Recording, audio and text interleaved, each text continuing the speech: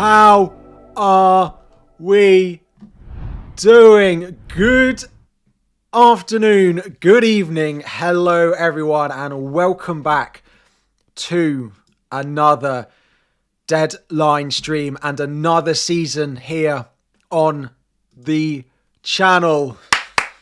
It is FPL 26-27. We are officially back. It is good to be back. I have missed these streams. We have just over 2 hours to go until game week 1 starts again, and we do it all over for another season. Absolutely buzzing to be here. Thank you all so much for joining. If you are new to the channel, welcome to the streams. It is set to be chaos here every single week for 2 hours. If you have been a subscriber for a while, then you know that it is always chaos. And even the smallest things, the smallest decisions, you will see me show real stress in the next 2 hours. And if you want to see someone get stressed about a fantasy team every single week, you are in the right place. I hope you're all doing well. It is nice to see you all here. Chaos is here. The new FPL season is here. I am absolutely buzzing for it. Bring on the football. I enjoyed the World Cup, but I have missed the Premier League and I have missed FPL. Oh, it is so good to be back. I'm absolutely buzzing if you cannot tell. We have got a lot to cover in this stream, and I apologise for anyone listening with headphones. I apologise if that was a bit loud to start the stream, but it's game week 1. There's not much else we can do about it. How are we? Enough is enough. I'm just looking and it looks... Is the stream look fine? I think it's just because I've got a new monitor and I think I need to turn the brightness up, but it looks slightly darker than normal. But no, it actually looks fine. And I have other things I need to... Well, so much to talk about, so much to say, so much to talk about. New stream setup, new stream layout. It's not that different, but we have new changes to the deadline stream setup. We've got more information for you all. In the bottom right hand corner, you will see more useful information for you. We had chat which just flew too quickly and we couldn't see anything at all. So we've added, people are saying fixture's not right. Don't say that. Don't say that. It's game week 1. Don't say that. Yeah. They look fine. They look fine. Yeah. Bottom right, the features are right. No, they're not. Oh, it's because they're the wrong way round. That is true. One sec.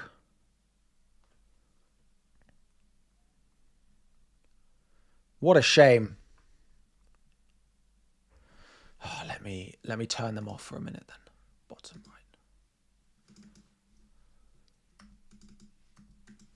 right. Anyway, we do have new stuff coming. They might not be there 100% at the start of the season, but there is more stuff coming. Anyway, let's do what we always do at the beginning of these streams, and let's say hello to some of you in the chat. Some familiar faces, some new faces. Let's say hello. Let me know where you're watching from. Let me know how excited you are. And let me know one player you're really excited to have in your team for the start of the season. Last fan standing, we're going to do it. We've got everything covered on this stream. Don't you worry. If you want things like fantasy challenge, last fan standing, we do it all. But we wait until after the deadline. The first main part of the deadline stream is for FPL. And then we have a specific chaos stream screen to go with it, where you can ask me anything after the deadline. We've got so much to do. So much to do. Let's say hello to some of you in the chat. There have been lots of joiners for members. Thank you all very much. We do have lots of different tiers of members. The first and actually the lowest tier has an extra benefit this season. On the left-hand side, there is a base tier members game week review, which will be out every single Monday just for the base tier. And there's lots of other stuff there. But let's say hello to all of you.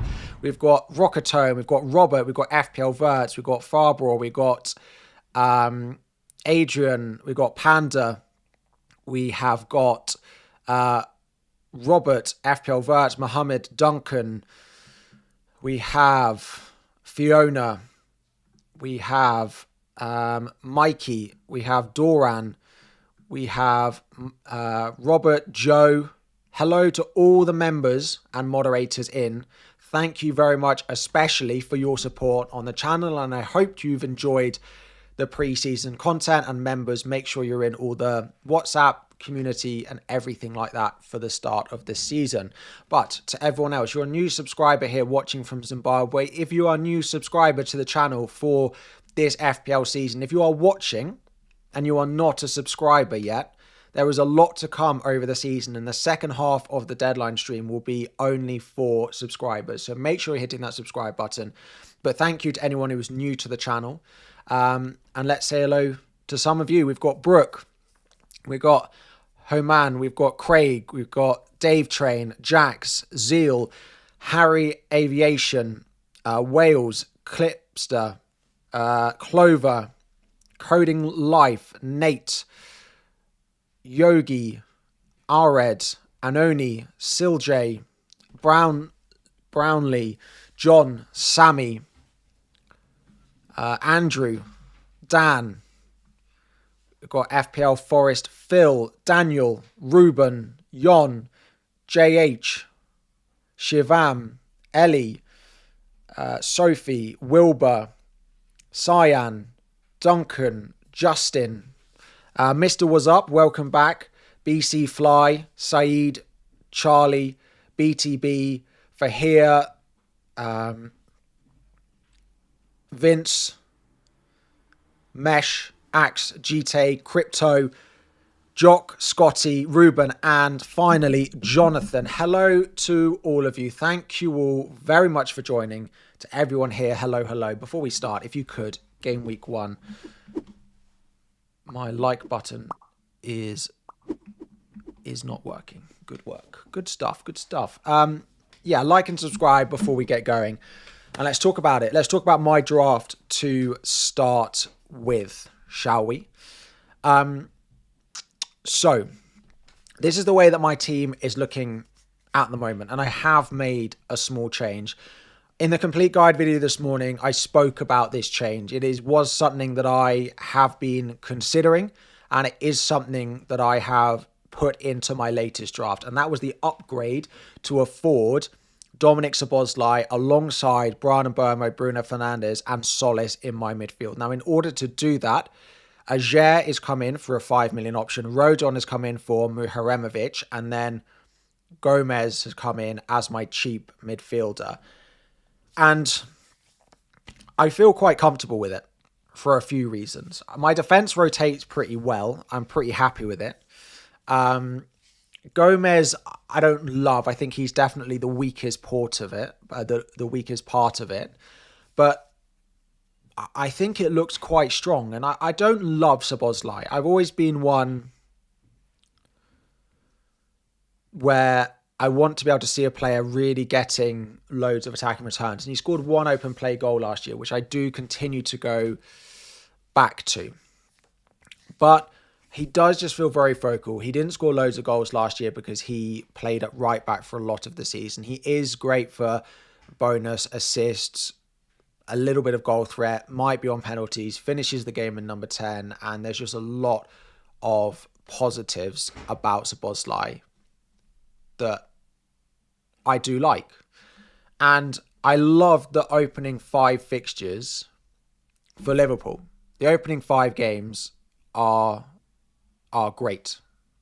Really, really like the opening 5 games. So I want a piece of Liverpool. And I really went off Wirtz after the last friendly. And he just feels like the safest, longest term pick that you get. Wirtz upside is better. I think his upside is maybe slightly better, but the safety that I get with Szoboszlai. Szoboszlai's never going to be an issue. He's going to play 90 pretty much every single week. So, yeah, I'm pretty okay with it for now. There are a couple of things that I am looking to change, or not change, but I'm not 100% certain of. Sorry, 1 second. It's been a while. You might be able to tell. It's been a while since I've done one of these deadline streams, and it is not quite as straightforward as I thought it was going to be. Yes, but there are a few things that I'm not 100% locked in on and 100% certain on. So first is that Szoboszlai spot, but I'm pretty sure in my mind now I'm not going to make that switch back during this stream. So I'm pretty sure that I will own Dominik Szoboszlai in game week 1. Now, I don't see myself making a big structural change, like taking him back out. It would be Sangare, Gross, and a bit of upgrade in defense, which might be the best way to go. But I think I'm going to go with this front seven and try and combat that sort of no Haaland draft that has a really strong attack, and just hope that some of those cheap defenders can get close to it. What could change? So really the only spot that is likely, or not likely, but has the potential to change is Gomez. The 5 million spot. He could be Gomez, bench boost 1, Villa at home. It could be Sangare of Nottingham Forest, bench boost 1, Leeds at home. Or it could be a 4.5 million option in someone like Slater at Hull, just play him for the opening week and then not worry about him. I have wondered about swapping to bench boost 2 because Rodon has a slightly better fixture in 2. The issue is that cheap mid doesn't really work in 2. There's no like Gomez equivalent that's good for bench boost 2. Like, I could take one of the Coventry options. Like some people would say maybe Grimes at Coventry is a cheap option. His DAFCON numbers are okay. I could go with something like that. But so there is really that bench that's up for grabs. Basically, the starting 11 is, I would say, I'm not going to say it's locked, but unless something happens on the deadline, I don't see my starting 11 changing. And again, the reason that the bench players are the bench players, you'll probably say, well, Harry, you'd play Verbruggen over Kinski, or you play Ajer over Rodon. But if I didn't bench boost this week, I wouldn't go with these players. So like if I didn't bench boost 1, I wouldn't have Verbruggen. And if I wasn't bench boost 1, I wouldn't have Diop. And if I wasn't bench boost 1, I wouldn't have Gomez and I wouldn't have Ajer. Whereas my starting 11, I would own. So actually, when I'm trying to compare what my bench boost would look like in game week 1 versus others, these are the 4 players that I own because I'm on bench boost 1. The starting 11 would be pretty much exactly the same. It's just that 5 million spot, someone like Gomez, someone like Grimes that you could potentially go with at Coventry to potentially move the bench boost to 2. That would be Verbruggen to Rushworth, Diop to Thomas, and then Gomez to another Coventry again. So it's like triple Coventry, which I think is just a little bit safer to go with a little bit of Brighton and Ipswich in there. So I would say that the 3 spots that are really still up for grabs between now and the deadline are Verbruggen, Gomez, and Diop for me. Those are the 3 spots. Gomez, the likeliest out of the 3 to change, because Diop and Verbruggen are only going to change if I move to bench boost 2. Is where I'm at. Right, let's answer some of your questions. There have been some super chats in already and lots of you joining as members. As soon as I said that the base tier membership gets a game week review on a Monday morning, a few of you wanted that. Thank you very much for joining. But ignoring price, would I prefer Palmer over Semenyo? I mean, if price wasn't a factor, yes, but price is a factor. So I would just definitely go Semenyo. Ronaldo or Rodon bench boost 1. I would just go Rodon because I think he's much better long term. Even like bench boost 1, maybe not, but I would just definitely go Rodon. 6 million mid to go with Vert instead of Solis, Gomez. Yeah, so like I could ditch Solis and go Gross and a 6 million, but to be honest, I would go Gross and Sangari and spend that. I don't love the 6 millions enough, to be honest. I don't love a 6 million mid that much. Like Illiman and Dye, Enzo Lafitte, I don't think are that great. I would just go Sangare Gross. Like I'm almost certain I wouldn't own a 6 million mid in my team. I'm not sure they're that great. So if you don't want Solis and you want to upgrade Gomez, it would be Gross and Sangare, and it would be to spend that 0.5 elsewhere. Above average FPL, thank you very much for this super chat. If you don't subscribe to Above Average FPL, they are one of the very few podcasts that I listen to religiously every single week on YouTube, on all your podcast platforms. If you don't watch or subscribe to them already, very great content on a Sunday evening, reviewing the games straight away after they've gone. Yeah, fantastic. And I hope to see you guys later. You're sending me $9.99, which I'm sure I'm going to repay you later anyway. What else have we got? What am I going to do with your team after this bench boost? So after the bench boost, Verbruggen, Kinski sort of just rotate going forward. Gomez can play, and there's a couple of weeks where I can play him. He's got Leeds at home, Coventry away in game weeks 3 and 4, when João Pedro has Arsenal away. So like in game week 3, I could bench João Pedro for Gomez, who's got Leeds at home, for example. Not sure if I'd actually do that when it comes round to it, but my front 7, like, I don't think is ever a massive issue. Now, I think Arsenal might sign a left winger, someone. Why is Solis so small? Why is everyone else really big and then Solis is really small?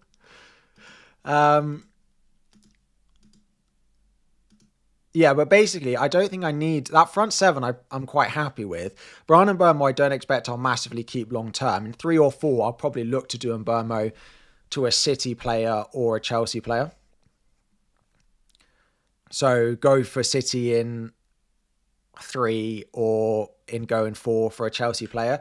Rodon and Ajer rotate pretty well. So game week 2, I've got Rodon at home to Brentford. Game week 3, Ajer is at home to Sunderland. Game week 4, Rodon's got Newcastle at home. And game week 5, he's got Palace at home. So they rotate pretty well. You have a slight issue from 4 onwards with Maguire. 4 is about the only week that it's not perfect. But Ajer's got Bournemouth away. And like, if it gets to it and I have to play Ajer away at Bournemouth in game week 4, I'm not that against it. I'm not against it. I mean, if Diop looks good, I could play him. Again, that's just after Palace play Thursday night in Europe. So, yeah, I quite like it. I appreciate the defence feels slightly too light, which is why I've wondered about doing Gomez to Muharemovic. Sorry, Gomez to Slater in order to afford Rodon to Muharemovic, just to shore it up a little bit. But Ajer is basically a 5 million DEFCON defender at 4.5. I just need him to get through the first 3 weeks. Then I can play 4 and 5 with Rodon, and then I bench boost, and then a wildcard going into 6. Yeah, I'm rolling going into game week 1. Absolutely. Rolling game week 1, rolling game week 2.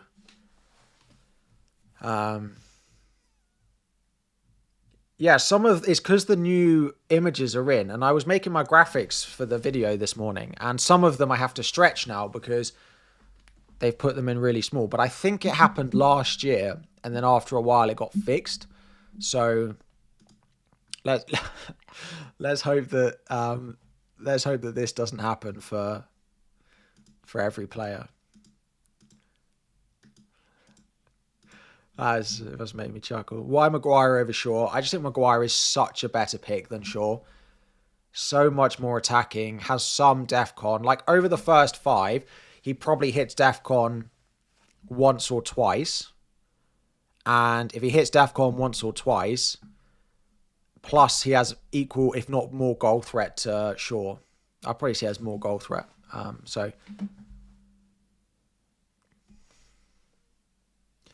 Sharda or Szoboszlai. Szoboszlai if you've got it. Foden, I wouldn't start with it, to be honest. I wouldn't start with it. Plan is to bench boost 1, wildcard 6. I haven't planned a free hit 3 or 4. If I get to 3 or 4 and wonder about free hit, that's definitely on the cards. I'm not ruling it out. Yeah, but at the moment, the plan would be just to bench boost and then wildcard 6. It is the current plan. No love for wildcard 9. Yeah, if I can delay the wildcard until later, I'm open to it. I'm open to it. I think game week 6 or 7, my team would need a little bit of work. Gomez, like, I've got a few picks that don't carry that well that long term, but I think the chances are I end up pulling the wild card earlier than playing it sooner. Yeah, I reckon I end up playing it sooner than delaying it. This is where I'm at for game week 1. It's not locked in at the moment. Yeah, it's just the bench players, basically. Ayer's pretty locked, because if I bench boost 2, maybe I'd play Ayer over Rodon this week. They, again, as I've said, they rotate pretty well. The only other one that potentially works would be Robertson of Spurs in that 4.5 spot, but I'm not sure I want to double up on Spurs defensively. I'd rather just punt on Ayer, whose DEFCON numbers are really good when he plays central centre-back. Yeah, it's really that 3 bench players that I have the possibility of changing, I think. Rudoni is in the squad, good for bench boost 2. Yes, nice and attacking. You can also go for someone like Grimes, who might end up on penalties as well. I mean, I haven't changed my forward line since the start of the season. I think my first draft had Haaland, Calvert-Lewin, and João Pedro in, and I haven't changed it once, and I'm not gonna start now. Did I think about a no Haaland draft? Did I think about it? Yes, and I've looked at some people's no Haaland drafts and think they do look nice. I completely get it. But I also, my conclusion is that I look at my team and I don't think I need to sell Haaland to build a good team. And that's what it boiled down to for me, really. I understand that the defense is weak. Like, if I had no Haaland, I'd have like Raya and Gabriel over Kinski and Rodon, right? Like, it is better defensively. But over just a few weeks until I probably play my wild card, and the fact that if you go no Haaland, you do have to do something in game week 3. So I don't particularly want to force myself into transfers 3 weeks into the season is the other thing. So I completely understand if you're going no Haaland, and let's put in the chat whether you've got Haaland, Bruno, or just one of them, or neither. So put Haaland, Bruno, or neither in the chat. And I'm also going to add a captaincy poll. So Haaland, Bruno, and other. Oh, wait. My armband is on Bruno. Good thing I refreshed that. Yeah, I mean, let's talk about captaincy. Let me put a poll in the chat. My armband is on Bruno. Sorry, I hadn't refreshed it. Yeah, my armband is on him. It is Hull at the end of the day. Away from home, maybe not as good at home. I do think City might start a little bit slower, and it does mean that I'm currently not captaining Haaland in either of the first 2 weeks. But I am on Bruno at the moment. It just feels like a pretty safe pick against Hull in game week 1.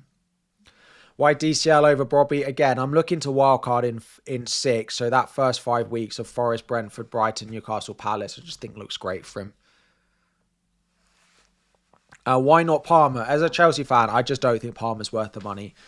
He's definitely not a better pick than João Pedro. I don't think he's better than Rodgers. And actually, based on the quotes from Xabi Alonso, it feels like he's not guaranteed to be on pens either. He basically said, I don't know who took pens last year, but we've made our decision on who it's going to be.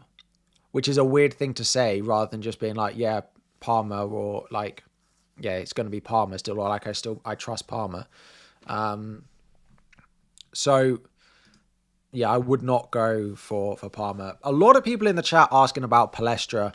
Unfortunately, we live in a DEFCON FPL world now where there are cheaper players with equally good fixtures who'll get DEFCON more times than Palestra will get attacking returns. So at some point, I might review it and I might go there, particularly if I need a defender in game week 4. I might end up going for Palestra as a bit of a punt. And then, and then I might go there in the end. But for now, I don't have the money for it.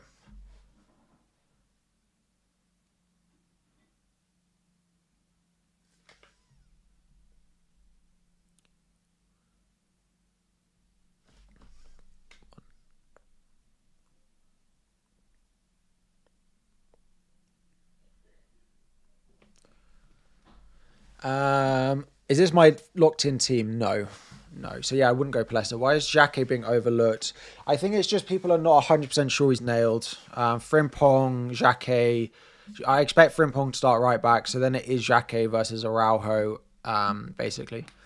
And I don't think it's a guarantee who definitely starts out of the two of those. And it could be an early sub again, like we saw in their last friendly. Phil Odegaard is going to be insane. Yeah, I have wondered about him over Solis, but yeah, it's pretty close. 50% on Haaland, 45% on Bruno. It is very split. Very, very split.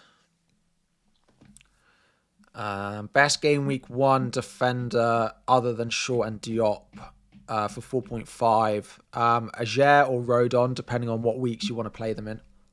Probably, if you're going with Shaw and Diop, probably Rodon. He's better longer term. I just think Rodon's a good pick. There's not much more to it. I just think he plays. His DEFCON's not as good as Muharemovic. I'm aware of that.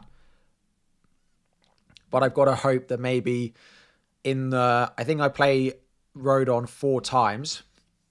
Maybe he loses out DEFCON once to Muharemovic in that time. And if he loses out once, then that's fine. They've signed Elvedi. Yeah, but Leeds are always really slow to embed new signings into their team. So maybe Rodon gets an early sub, but I just don't see him chopping and changing that back line early on in the season. Personally, I might be proved wrong and it will be an issue if I am. But yeah.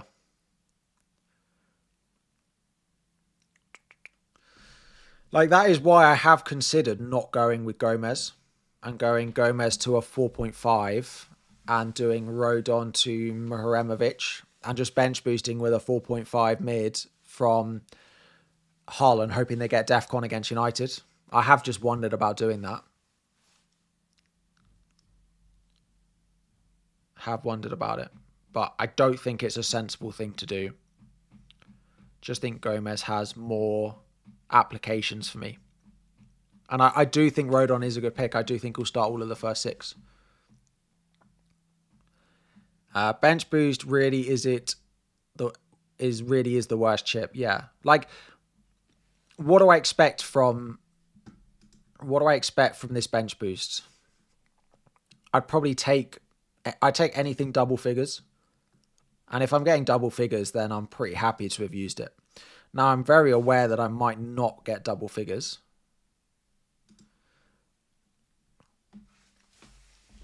Like, Verbruggen could concede. I basically need 1 return or 2 of them to get DEFCON. So, Ajer and Diop both to get DEFCON feels possible. Although, Ajer against Spurs, maybe not a DEFCON game, particularly. They don't cross it loads. Verbruggen a clean sheet, Diop a clean sheet, Ajer a clean sheet, or Gomez to get a return. I need 1 return, effectively.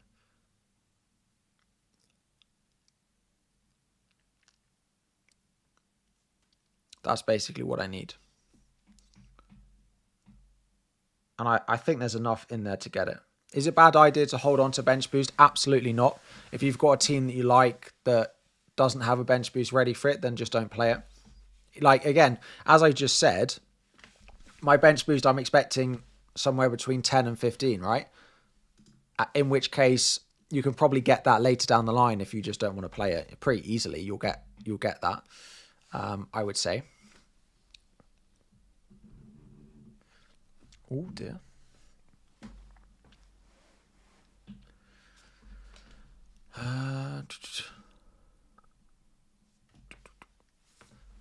Is it a bad idea to hold Vuskovic while bench boosting? I think Vuskovic will start, but I don't think he's guaranteed to.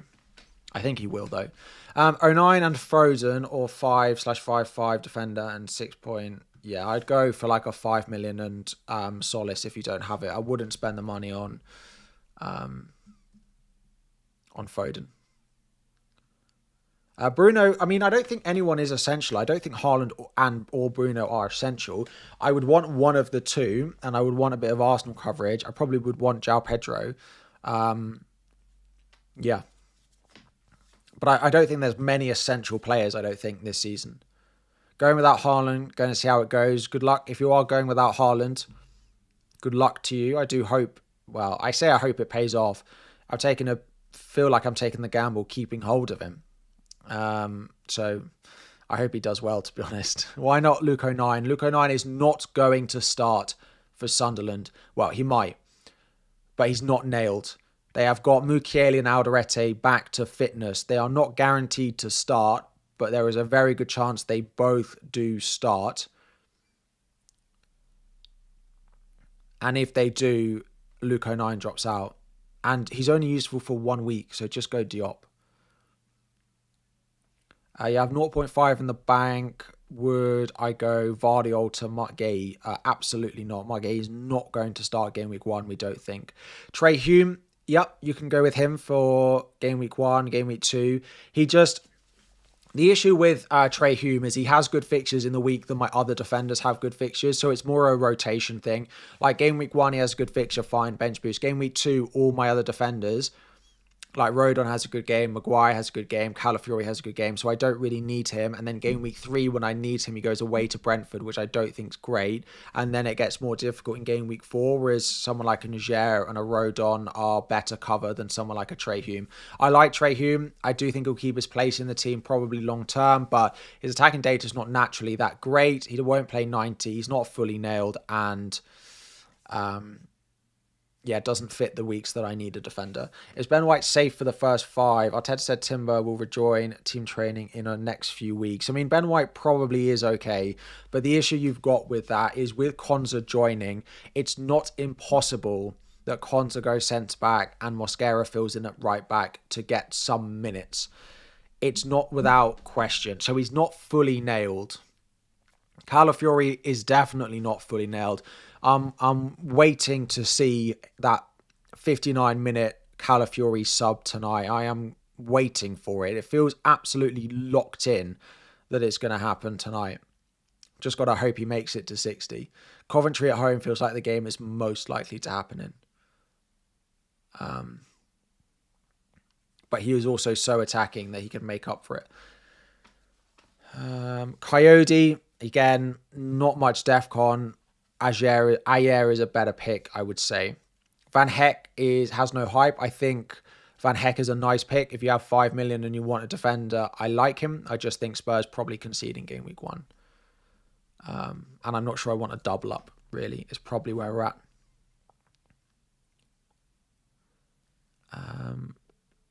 There are 8,000 of you in, and we are just under 2 hours from the deadline. If you haven't liked the stream, please could you do so and subscribe if you are new here. There are 8,000 of you in who have not liked the stream. I'm sure just for game week 1, we're able to hit 1,000 likes. Just for game week 1, if you're excited for the start of the season, if you're happy to see the content back, if you're happy to see the deadline streams back, I'm sure you can spare a second to drop a like on the stream. Lafitte and Gross or Gomez and Solis. Again, That is completely dependent on how many of them you have to play. If you have to play both of them, then you have to go for the second option, because I'm not playing Gomez every week. But if it's like me, where you just play Gomez once or twice and then you just bench him, then probably that. Yes, bench boost. If you are on bench boost, please make sure you go and check that the chip is active, because there will be people who start the season with players on their bench and then don't actually activate it by accident. Please go and check that your bench boost is active. Please go and check. Nerves coming in. Bench boost. Raya, White, Maguire, Ballard, Bruno, Cap, and Burmo. Thiago, Isaac, João Pedro. I mean, the team looks great. The team you can build without Haaland is great. My issue with it is A, you don't have Haaland, and he could damage you with the amount of people that own him. And B, you're going to want him in game week 3. So it does force you into something in game week 3 to find a way to buy him. Now, that could be a free hit. That could be a wild card, but wildcard 3 without having loads of information, I can't get on board with enough, basically. I don't love the early chip usage like that. So, yeah, I'm pretty happy to start with Haaland. I have thought about no Bruno, and actually if he didn't play Hull and Ipswich in the first 2, I probably would be on a no Bruno draft, but I just can't go against him in the first 2. Like, people will say, Harry, I'm going Bruno because I plan on captaining him in the first 2. Then why am I going Haaland? Well, because I plan on captaining him in 3 and 5. Okay, well, I could swap between them, but I don't want to use transfers to completely shake up my structure to afford all of this in. So I can use transfers elsewhere. I'm not forced to use a chip or transfers. Why is he bench boosting? Loads of people will bench boost in game week 1 or 2 this year. It'll be very popular because it helps get rid of a chip that's often quite difficult to play. It allows you to build your squad regardless of a bench boost week, particularly when you play an early wildcard. Muharemovic and Gomez, or Rodon and Gross. Muharemovic and Gomez, I'd say, particularly if you're on bench, if you can just bench them. Yeah, if you haven't joined my league, shall I get a... There'll be some of you in here who haven't joined, and I'm going to put an auto join link in the chat. If you're not joined up already, let me put that there. If you just click this, it will add you into my league. The code is also above me now. Of course, like if you click that, it won't show you necessarily in the league straight away. As long as it's showing on your list of leagues, that's fine. Once game week 1 starts, it will pop up because it will take. And then, of course, we've got live rank and everything. Price changes. It'll be interesting to see what that looks like when the game updates. I completely forgot about that. That's probably enough spamming of that for the moment. Why not Trey Hume over? Yeah, it's just about what rotates into my team looking better. Why Rodon over Tariq? It's just money. It is purely money. I would love to have Muharemovic. If I had Muharemovic, my stream is breaking again. Love to see it. Yeah, if I had 0.5 spare, I'd be spending it on Rodon to Muharemovic. 100%. So, like, I have wondered about it, but I like Maguire. I think 3 of the first 4 are good, even though some of them are away from home. I like Rodon. I think the Leeds defence is just a really nice bit of coverage to have.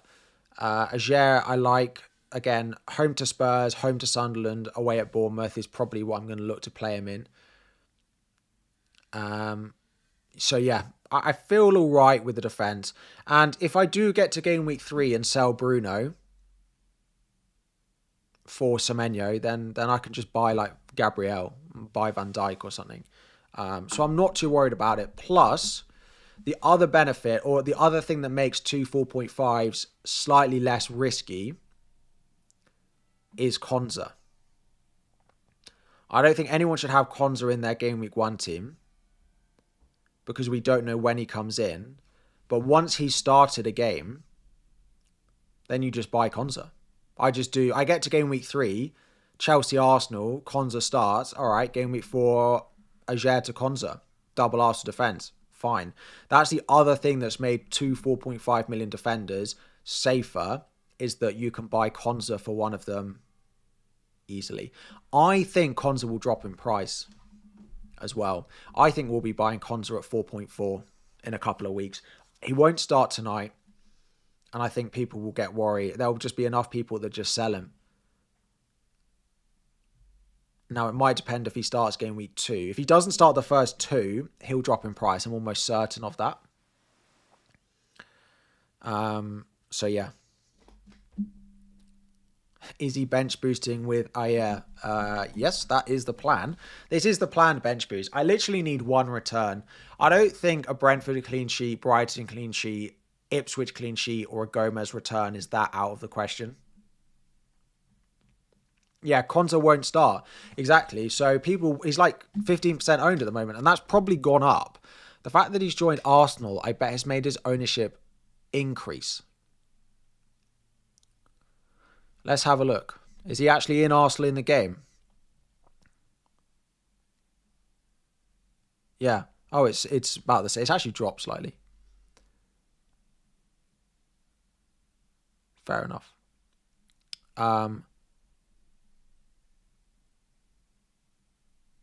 Yeah.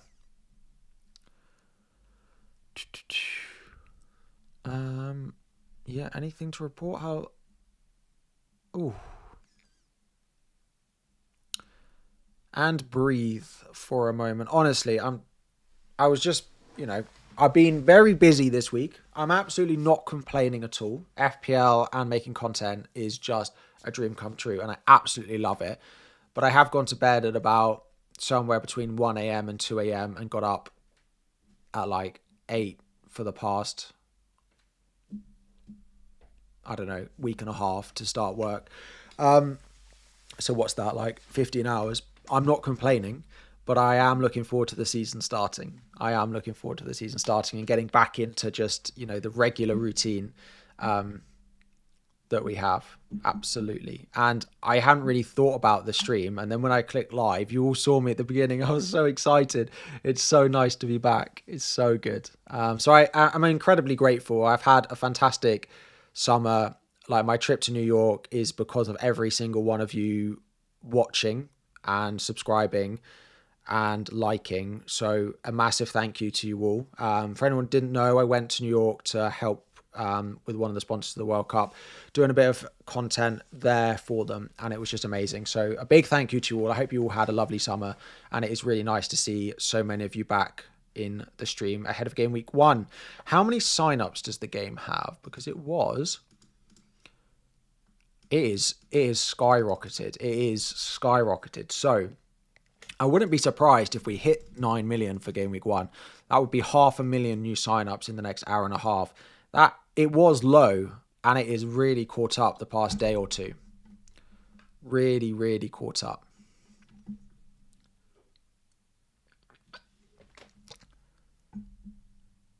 I was in New York when the Knicks won. Yeah, I was in from the week before the start of the tournament to the first week of it. So yeah, it was pretty crazy when New York erupted when the Knicks won.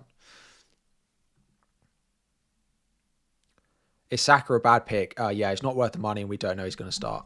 Yeah. Interesting. Arsenal are always the early kickoff. I feel like they have been several times. So who knows? We might get something early team news-wise between now and the Game Week 1 deadline. Last year, the thing is, everyone's like, oh, weren't there like 11 million sign-ups last year? Not at Game Week 1. There were 9.3 million, I think, in Game Week 1 last year, which would mean we'd need 800,000 players more. Oh wow, if you refresh it, it's sort of updating in real time. It's just gone up to like almost another 50,000 since I looked. So it might well hit. It will hit 9 million, I would say. It's how far over that it goes. So yeah, nothing to worry about. Gomez or Forest Sangare? Yeah, I mean, if Konza gets announced to start, I just buy him. I don't quite know how, but I just buy him. Yeah. Yeah, I don't quite know where it happens in my team. Maybe I just sell a year and just bench boost. Maybe I just do that. Probably the simplest of ways. If for whatever reason Calafiori doesn't start, I'll just buy Ben White. Will and Die, sorry, a few super chats. Thank you all very much. Cold on Sangari from Brentford. Also Vuskovic. No, if I had 0.5 spare, I'd be buying Sangari of Brentford over Gomez. Is it a bad idea to captain Solis going with your gut? I would not captain Solis. For me, captaincy should be on boring players. That is Haaland and Bruno in game week 1. Hemmings game week 1 bench boost early. Why do I not have Ndai? I don't love Ndai that much. I still struggle to see him getting that many open play goals, and he might leave Everton before the end of the window. Hemmings 4.5 will probably start for Aston Villa, but it's not guaranteed. Foden, Szoboszlai, Ndai, or Rodgers. I probably would just go Szoboszlai out of those. He's the one that I've got. Xhaka, Vuskovic, Mehemrovic, pick 2. Well, I wouldn't go Xhaka because he's not nailed. I'd go Mehemrovic, and I probably wouldn't pick either Xhaka or Vuskovic now. Slight risk about both of them starting game week 1. Human and Burmo, or Wirtz, Rodgers, and Mehemrovic. I'd go Rodon and Burmo. Yep. Nerves coming in. Bench boost we did. Alex. Plan game week 3 bench boost. Isaac. Bruno Fernandes, sorry, and Isaac. Yeah, team looks really good. Again, if you're going no Haaland, have a plan in game week 3. That's all I'm going to say. Sangare and Burmo, Solis, Szoboszlai. Sangare and Burmo or Solis, Szoboszlai. I'd want Burmo, so the Burmo option. Happy deadline day. Thank you very much. Please help with this dilemma. Shaw and Pascal Gross or Maguire and Gomez. Probably Maguire Gomez if Gomez is your 8th attacker. Is Osman worth a punt for Brighton left wing? He played 77 minutes yesterday, and also he's not expected to start. He's expected to be on the bench.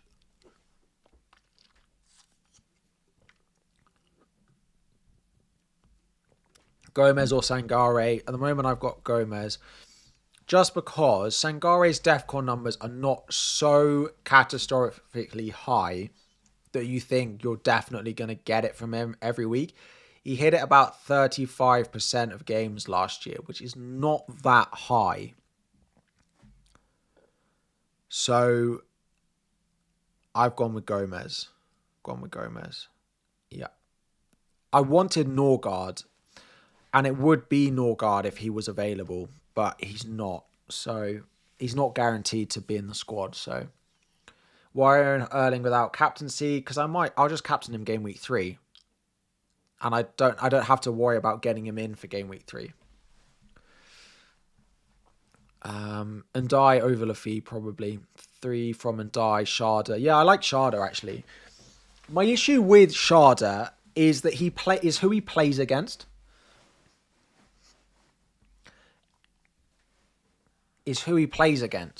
In game week 1. He plays Kinski, and we've all got Kinski. In game week 2, he plays Leeds, and loads of us got a Leeds defender. So what, am I thinking Sharda's going to score in game week 1 and game week 2? In which point, why have I got Kinski and Rodon in my team? So I kind of have a little bit of a battle in my mind about whether I should own him or not. And I like Sharda, but again, I feel like I like my front 7.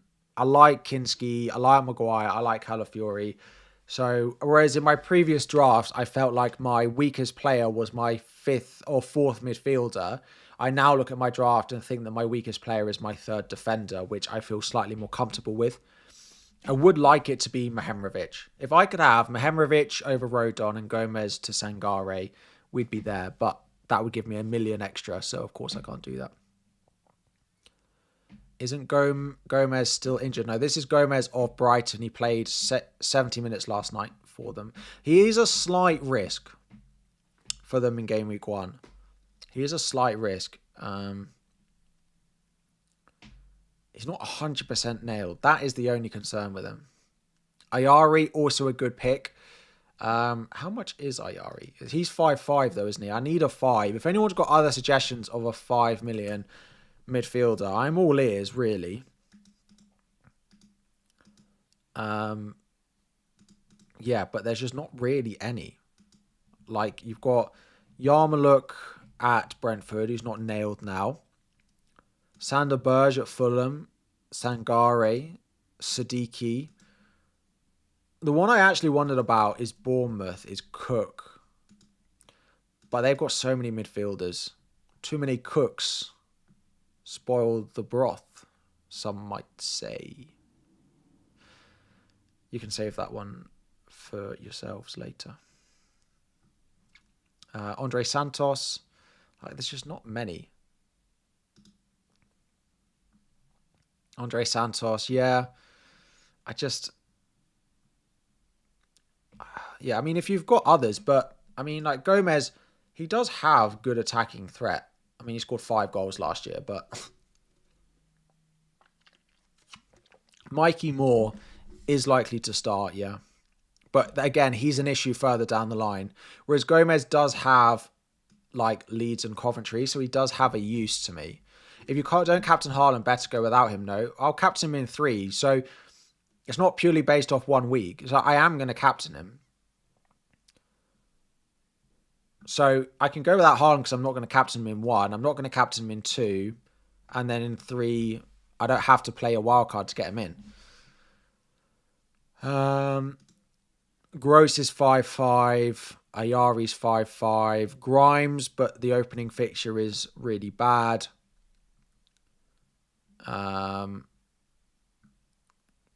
Yeah, there's just no 5 million midfielders that are particularly great apart from Gomez and Sangare at Forest. And I don't love the idea of Sangare at Forest. I don't think he's going to get an attack in return against Leeds. So I'm just not sure it's that worth it when his DEFCON hit rate's not that high either. So the one I would like to own is Schlager at Nottingham Forest, but I don't think he's going to start. Sangare of Nottingham Forest. So also at Nottingham Forest is Schlager, but at the weekend they played 2 games, a first team game and a second team game. And McAtee started alongside Sangare in the first team game. I mean, I could do Maguire to Shaw and Rodon to Mehemrovic, but I do look at that Rodon to Mehemrovic gap as being quite minimal. And it's one of the places that I think is okay to free up the money if you can, or like if you need to.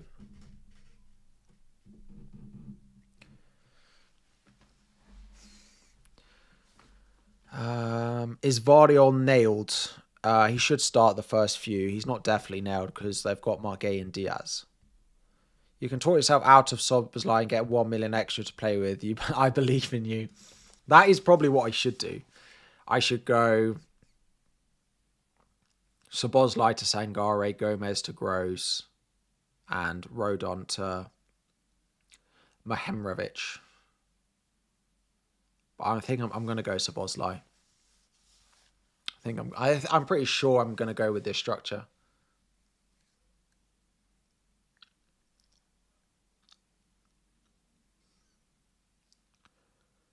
Yeah, I don't think the structure is going to change now. It's just that Gomez spot, and there just aren't very many. Like he does play against Leeds and Coventry in those weeks. I need to get a new loading screen, I think.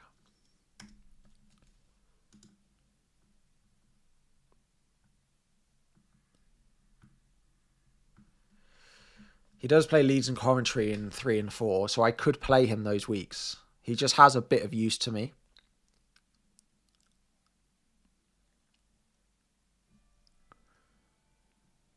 just made the mistake. Yeah, if you don't want to go, if you want Haaland, don't make the mistake of looking at a no Haaland draft because it will tempt you.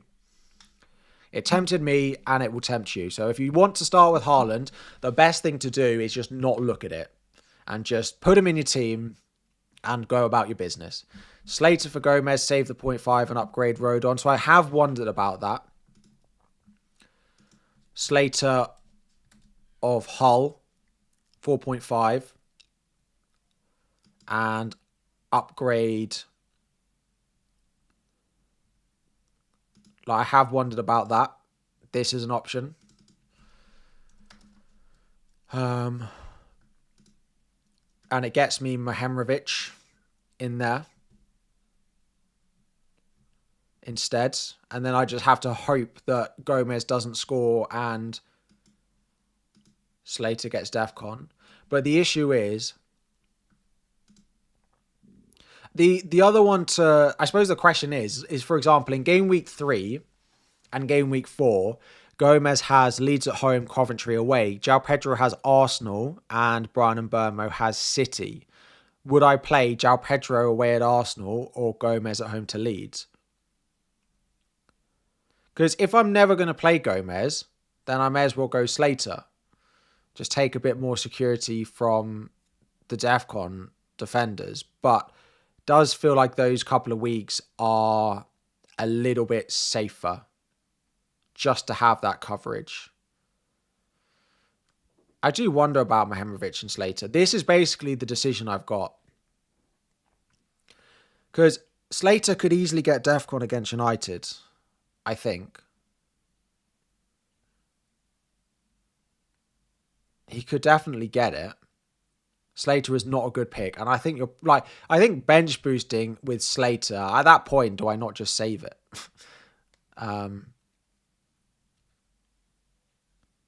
Yeah, like at that point, do I not just go, all right, I'll save it. No, don't start with Konza. Would not start with Konza. Is it save Foden or Szoboszlai? If you already have Verts, I still would go Szoboszlai over Foden. Just take Haaland out and bring him back on wildcard if he's in form. I'd rather not, to be honest. Slater plays for Hull, say it out loud. But some of those cheap defenders are good for DEFCON, right? And if he got DEFCON against United, let's say he got a 4-pointer. Gomez is the better pick, right? I agree. Joe, you're not. That's a 1-0 Hull own goal loading for you.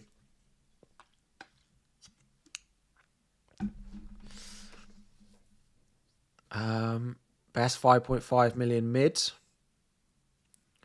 Gross or Sangare. Who is your whole mid? Well, yeah. Well, this is why I don't actually have him in, because yeah. The other option is I go for Nottingham Forest Sangare and just take the DEFCON option. But again, like, am I ever going to play him? Like, there's no way I'd play him over any of my attackers. So he's not that useful. I basically ruled out Sangare in my mind. Because if I'm going to go Sangare, I may as well buy Slater. They both have an equal level of potential DEFCON in Game Week 1. And I will play them the same number of times after Game Week 1. So I'm not going Sangare. It's either Gomez or it's Slater. Konza at 4.5 is crazy, absolutely. We just don't know when he's going to go into that Arsenal team, which is why he's a bit of an issue. I have tried no Bruno. I've looked at some drafts without Bruno in it. Again, I just want him for the first couple of games, and I don't massively think, apart from 0.5 million here or there on a defender, that it has massively sacrificed anything by having Bruno in my team.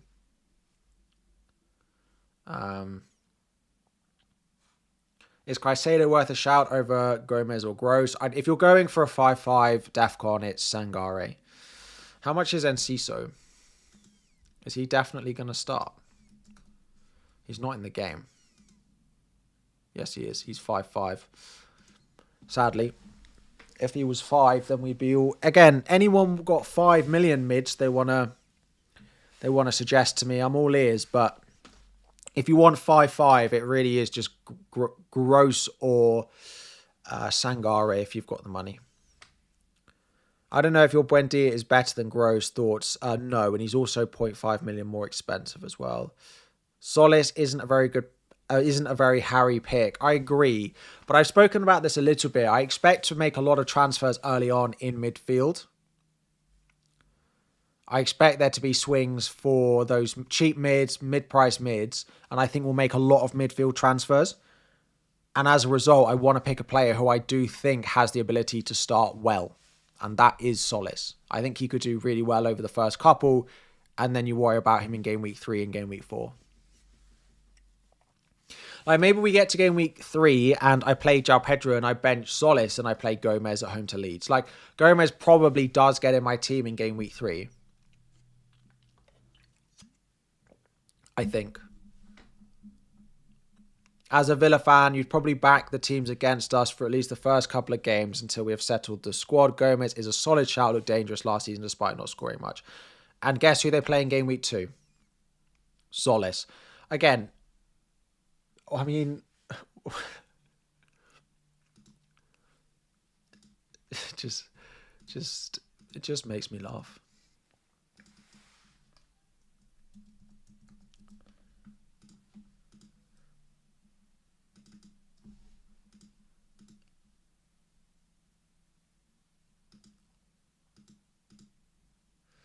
Look at this little thing in the bottom that goes round and round. Transfers, we're going to update. We'll have this updated every week. If you like the stream stuff, there is more to come. I'm telling you that much. There is more on the way in terms of stream setup, layout, useful information. So if you like what you see, there are 11,000 of you in. God, best start paying attention a bit more. There are 11,000 of you in and only 1,800 of you have liked. So there's about 10,000 people in here. 10,000 people in here who haven't liked the stream. Come on. Game week 1. The excitement is there. Drop a like. And if you really are new to the channel, drop a subscribe as well. There'll be 5,000 of you in here who haven't subscribed, which if all of you subscribed, we would hit 240k subs by the end of this stream. Can we hit that? We are 1,900 away. That looks like a very ambitious target, but I'm sure there is enough people in the stream at this very second to get me over that line. It's completely free, as is a like. Help the channel. Let's see if we can... There must be. I'm sure there are. Thank you very much. Back to the questions. Why no Kevin Schade? Again, so my issue a little bit with Schade is in game week 1, he plays Kinski. In game week 2, he plays against Rodon.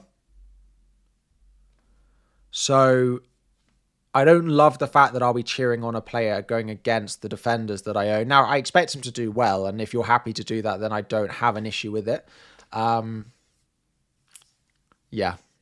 But that's my slight issue with him, but I think he's a good pick. I think he's a good pick. Will I bench boost here? Yes, my bench boost is active. Maybe I should put that in the useful info.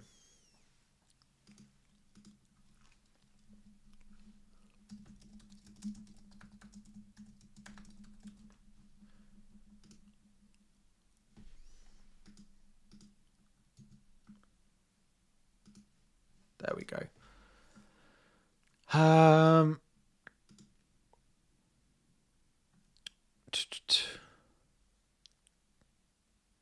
How come you've where's that question gone? How come you haven't gone with double Arsenal defense? I just can't afford it right now. And it might be a misjudgment, but I think there are issues with a lot of them that it's not as easy just to go straight on double. Now it would be Ben White, and maybe I should just be on that and they'll just keep loads of clean sheets. But the opening fixtures are not perfect for them. AIC, thank you for joining as a GOAT tier member. And Ruben for redoing a 7 months. Emmanuel is 10 months. Thank you very much. If you are wondering about just very, very quickly what the memberships offer, base tier gets you stream perks and also gets you a weekly members only video. Mid tier plus gets the access to the whole WhatsApp community and a members only live stream with me once a week. Top tier gets you one-to-one help with your team every week, and GOAT tier gets all of that. Of course, every level gets the level it's got, and the previous ones. GOAT tier, you get a Zoom call with all of us together as well. Right, let's rattle through some of these. Nobody likes Palmer. He's just too expensive. It's pretty easy to come back. Come down to some of the cheaper ones.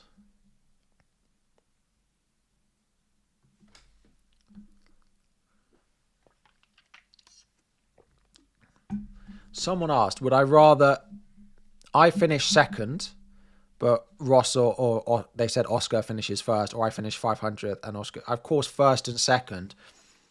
We'd be taken over the world if we finish first and second together.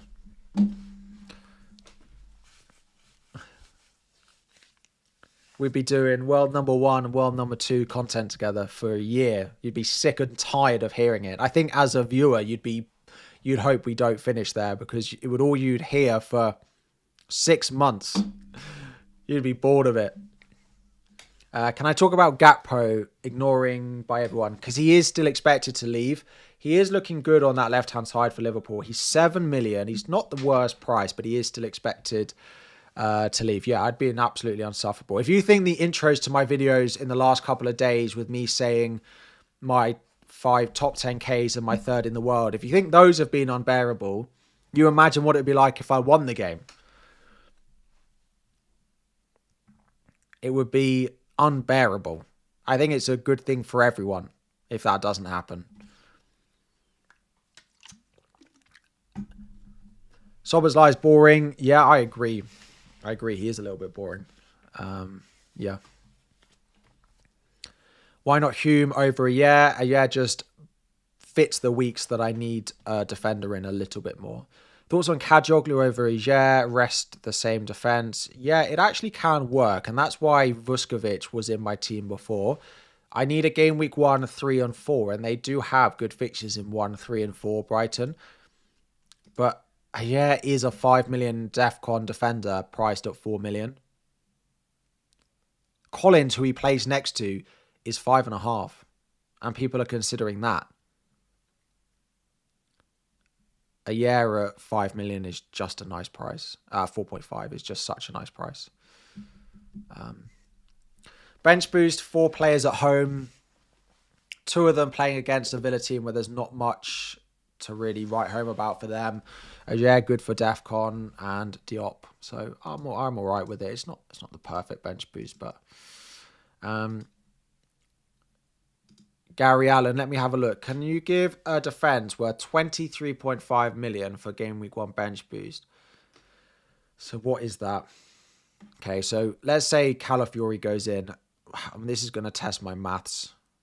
18, that leaves for 4 players, which is 4.5, which is the same as my defense. So I'm going Calafiori, Rodon, Maguire, yeah, Diop. Bench boost 1. If you want to play a back 4 every week, you need to spend money on the defense more than 23.5. Let me also, if you're not in the league for the start of the season, let me drop a code, a link in the in the chat. If you just click that link, it will get you added to the FPL Harry League for the new season. Jeremy Jacquet is just not nailed enough to be a pick over some of the good DEFCON guys, I would say. How do I feel about Sharda over Soberslai again? So I like Sharda as a pick. I'm just not sure. I got Kinski and I've got Rodon, and I'm playing Sharda against him in game week 1 and game week 2. And then it gets more difficult. So the 2 easier games on paper are against defenders that I'm playing. So Ballard, Mehemrovic, bench 1 or bench and die for them. I'd bench Mehemrovic away at Forest. I think Forest probably score at home in their first game. Bench boost 1, wildcard 6, 0.5 in the bank. Would I do Sharda to Dango or Gomez to Gross? Gomez to Gross. I actually think Mehemrovic to Vardiol is a downgrade. I think if you've got Vardiol, I think Vardiol to Mehemrovic is an upgrade that also gives you 0.5 million. Cool. Mehemrovic and Sangare or Rodon and Sharda. Mehemrovic and Sangare or Rodon and Sharda. I'd probably go Mehemrovic, Sangare, just play it a little bit safer. Is Gross a no now? No, I like Gross. If I had 0.5, to be fair, I probably would go Sangare over Gross if I was just picking one. But I don't have these 0.5, so I'm going to go with Gomez and just hope he starts against a pretty depleted Villa team. Like, I was looking at the predicted lineups for them. I haven't seen all the press conference notes from them because their press conference is always really late. What's the date today? Let me see if I can find anything on Twitter.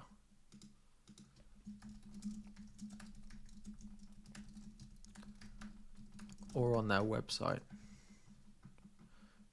Because I don't know. Is Watkins going to play?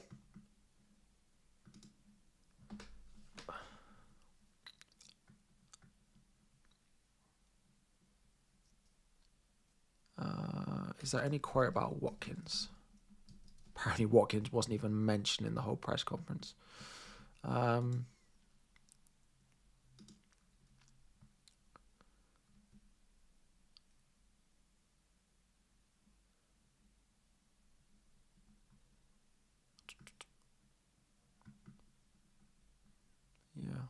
I can't see it. But Villa do have a great record against Brighton. So you never know. But you can't look at that Villa team and think they'll do particularly well. I know Watkins wants out. Oh, Unai said he's deciding the team tomorrow. But like, is Tammy Abraham even available? Has he mentioned that sort of stuff? Because at the moment, if Watkins is not going to play and Abraham is injured,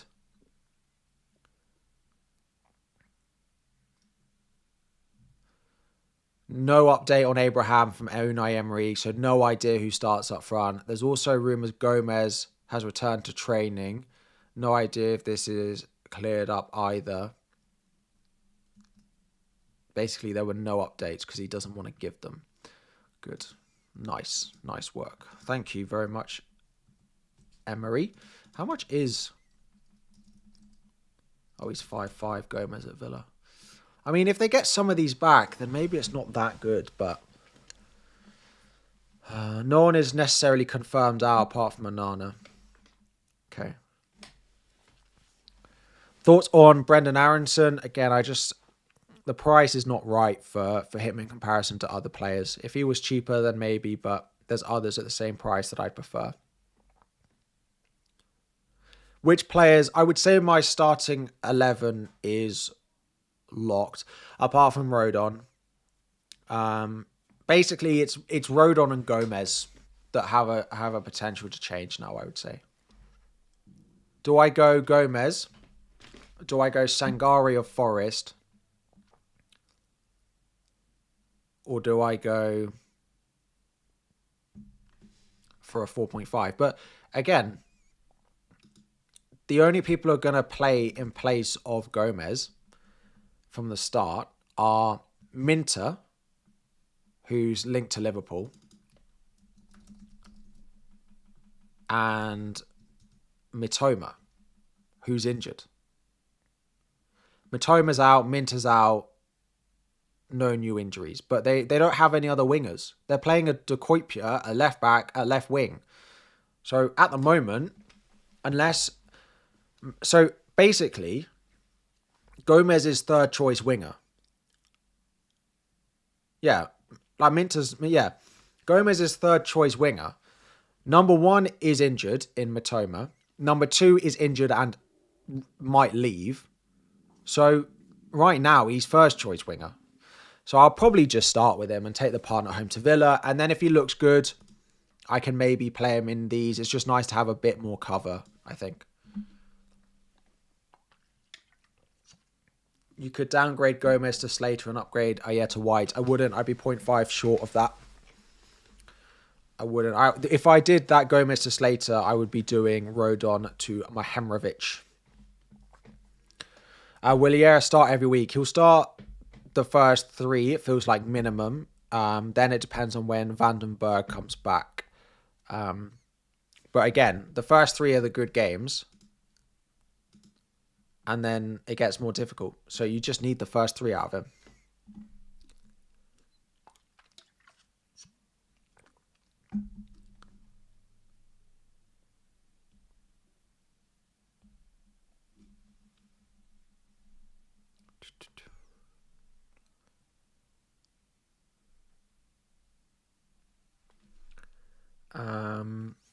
Can I say some good 4.5 midfielders now that Yates is injured?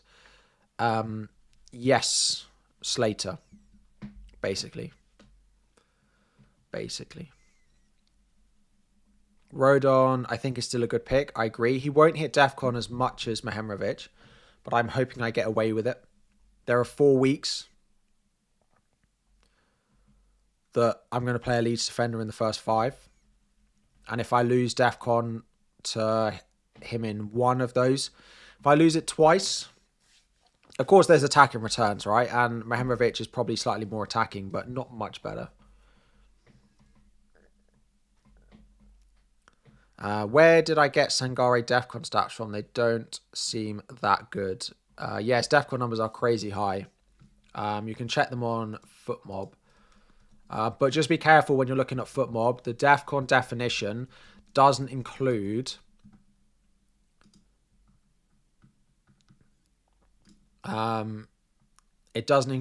recoveries in the normal definition unless you're looking at a Premier League game. So his DEFCON is 6.19, but actually you have to add recoveries on top because that's an addition in the FPL definition, which is 8. So what's that? 14 DEFCON per 90 Brentford Sangare got. He'll be good for it.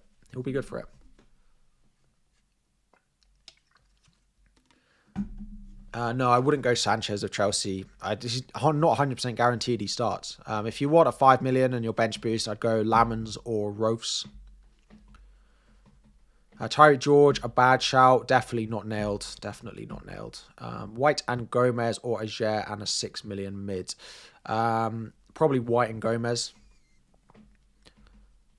Best 6 million currently on Lafee, but seems a bit short term. If I had to buy a 6 million, I would go and die. But to be honest, I'm quite happy I don't. I would own Gross and Sangare and just spend the money somewhere else. To be honest. Mahemrovic or Williams. A few questions on Williams at Forest. Again, I expect him to do well. I don't think the opening fixtures are that great. A lot of us have a Leeds attacker because we do expect them to score in the opening game. And then if you take that out, the opening 4 are not great. He doesn't get that many attacking returns and he won't really get DEFCON. I think he's a nice pick, but he's a nice to have. And I would rather slightly, boring, better fixture picks. Why Solis over Ndai? Ndai just really doesn't excite me. Jen, how are we doing? Welcome back. Hope you've had a nice summer. To all of you who are tuning in, I really hope you had a lovely summer, enjoyed switching off from FPL, and are ready to go for 9 months of a game which brings us nothing but stress, turmoil, and the occasional bit of excitement. We're all here for it. If it's your first year playing FPL, let me know as well. Met you in New York. Love the content. I appreciate it. That was just amazing. So, always nice to meet anyone. Why is no one going Hume over Ajer? It's just the weeks that I play them, basically. And I prefer DEFCON to an attacking option, probably. First year playing, hope to get into it. Let's ask the chat. Leave some advice in the chat for someone who's playing FPL for the first time. And I'll read some of them out. Leave your best bit of advice for someone playing FPL. We are 1 hour to go until the Game Week 1 deadline. We are now going to be turning on subscriber only mode. You have to have been subscribed for 1 second to start using the chat again. Make sure you're subscribed. And don't overthink it. Go with your gut. Don't overthink captaincy. Don't play run before it's too late. Don't be biased to your own team. 90-minute players. Good value is important. Don't back the early kickoff. Uh-oh. Find a good therapist. Cool. Right. Let's do a few more of these super chats quickly.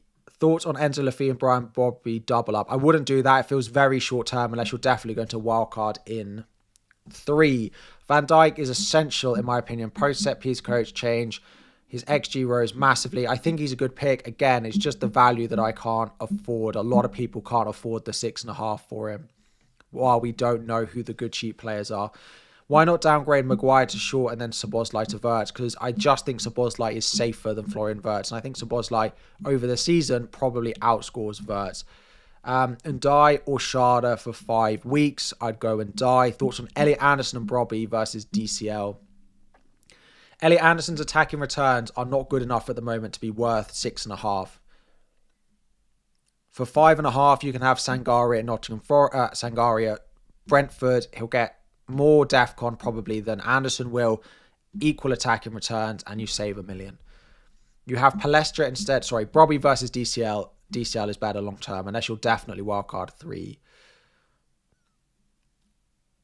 You have Palestra instead of Maguire, Sangare to Gomez. No. I like Palestra as a player, but he's not a great FPL pick, I don't think, for the start. Szoboszlai and Lamond or Gross and Raya. I'm not sure Raya's worth the money, so Szoboszlai and Lamond. Evening, Harry. How good of a pick is Vardiol, or is he risky? I wouldn't spend the money on Vardiol. I'd go to a 5 million defender and save yourself the money. Good to have the deadline streams back, Harry. Basically, a comfort show at this point. I'll take your stress away. You, all of you at home who have got stress about the Game Week 1 deadline, don't worry. There's probably more going on here than there is at home. So you can just watch the stress that I go through instead. Igor Jesus or Brobby. I don't love either. I'd go DCL. Probably Brobby if I had to pick. You have Calafiori and White. Do I think that White plays until Game Week 3-4 before wildcard? Yes, probably. Gomez, Szoboszlai, Ajer to White, Gross, Sangare. Yeah, but again, that's a really obvious pick. But I'm not playing them every week. Gomez and Ajer hardly play for me. So then it's not quite as clear cut. I don't think. Gross and Ayeva or Ballard and Forest Sangare. Probably Gross and Ajer. Using Bench Boost this week. Yes, that is the plan. Yes, Bench Boost is active. If you are playing the Bench Boost, please go and check that your Bench Boost is active. Please go and check.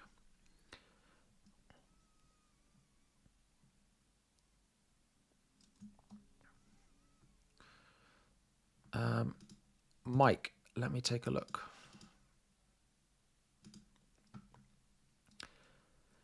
Where you have Szoboszlai, Gomez and Diop, I have Gross, Sangare and Ballard. Bench. So again, this is the thing. In those spots,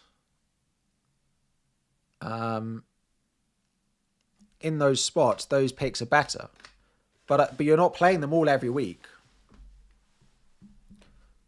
So, yeah, I could upgrade Diop, I could upgrade the others, and I can upgrade Gomez, but they're going to sit on my bench every week. So I don't need to massively upgrade them. And I put a little bit more money into my starting 11, which makes it a little easier to save the wild card because I've not got loads of money spent where it shouldn't be. Hello, Marbella. All of you saying hello and welcome back. It's so nice to see you. Welcome back to the channel. I really hope you all had a nice summer. How did you say you are bench boosting now? Yes, my bench boost is active.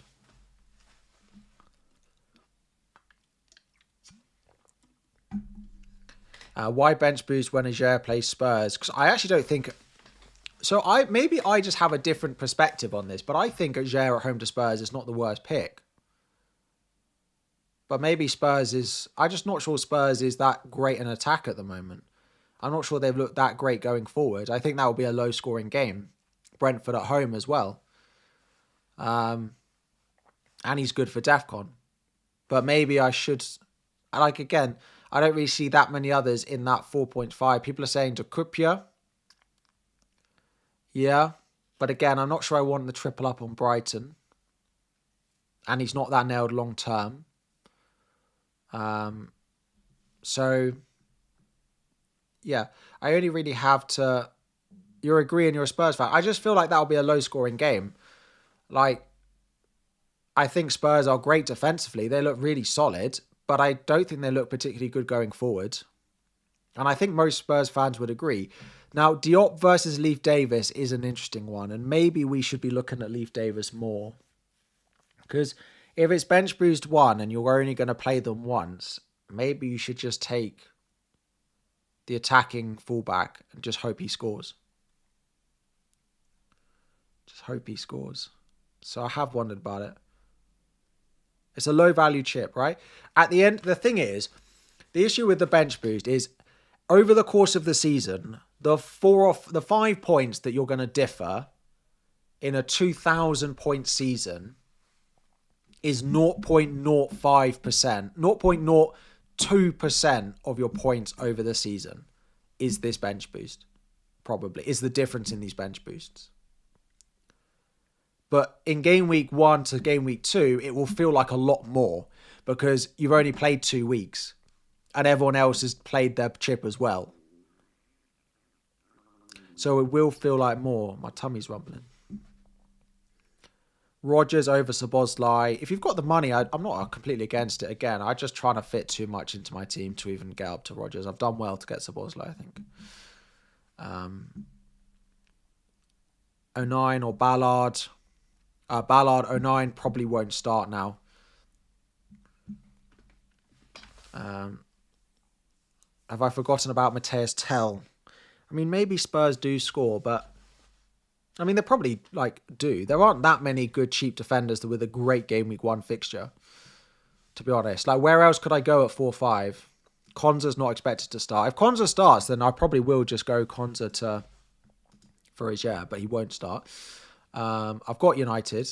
Everton, there's no 4-5. I could go Mikalenko, but I'm not going to do that. Ipswich, I've got Sunderland. I could go Trey Hume, but I'm not that much more confident in that. Forest, again, I've got Calvert-Lewin. Brentford is where I've gone.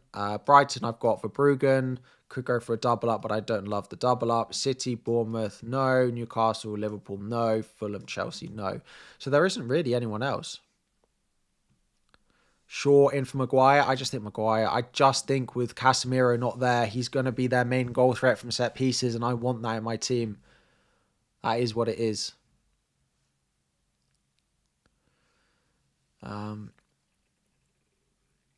Yeah, it is true. If you're only playing your defender for 1 week,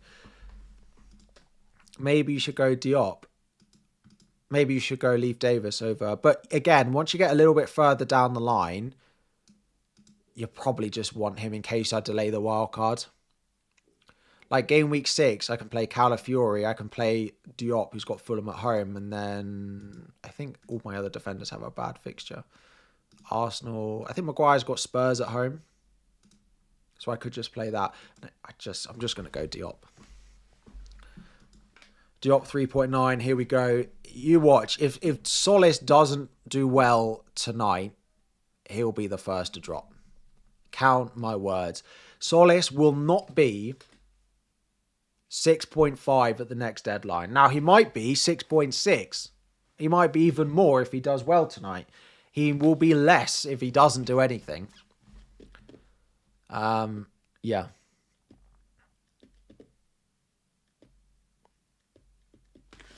Do I think Gomez is starting? Yeah, he's in all the Brighton. I've asked a few Brighton fans and they all think he's still going to start, yeah.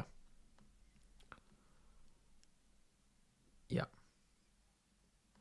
Don't make any rash last-minute decisions. I'll try not to. I'll try not to.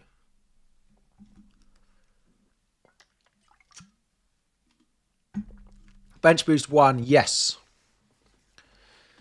Solace icon has grown, has it? Whoever was watching, thank you very much for fixing Solace. Calafiori's still... Maybe it was an... Oh, Kinski. See, some of them are still a bit smaller. Like, Brian Mbermo's huge, as is Bruno. All the others. And then the Arsenal players are bigger, but they're still not... Anyway. Harry, you need to remember that there are people here. I always forget. Game week 1 deadline stream. Let's focus on the questions. Game week 30 onwards, we can talk about the size of players on the app. But game week 1... We're here to focus. Thoughts on Canvo? Yeah. I think Canvo is quite a nice pick. If you're on bench boost 1, he actually works quite well if you can just bench him in game week 2. If I weren't bench boosting early, what differences would I make? I wouldn't have Gomez. I'd go to Slater. I wouldn't have a Bruggen, and I'd just spend that probably upgrading Ajer to... or Rodon to Mahemrovic. I don't think it'll be that different to this. Why not Mahemrovic? Because I just don't have the money, basically. I just don't have the money on it, basically. I would like to have him, but I just can't afford that.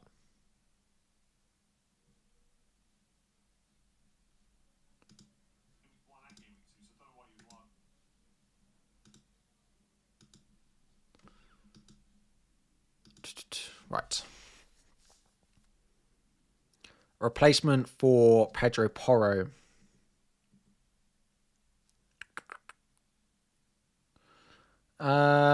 This is the thing on Porro. Is he definitely going to start?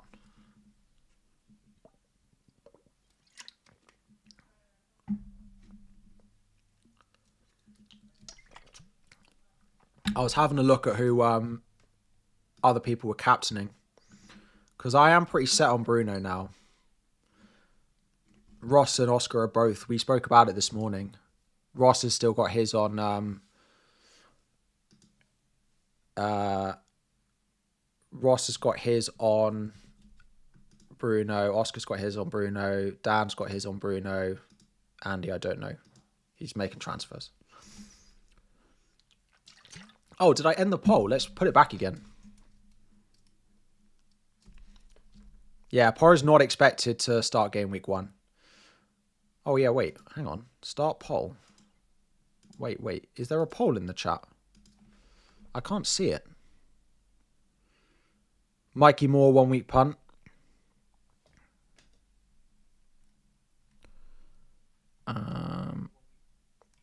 Yeah, Mikey Moore is not a great 1 week punt, to be honest. Wait. Why can't I start a poll? Is the poll still there? Because it's not showing up. I don't know. Apparently I can't start another poll. Oh, well. Let me refresh that.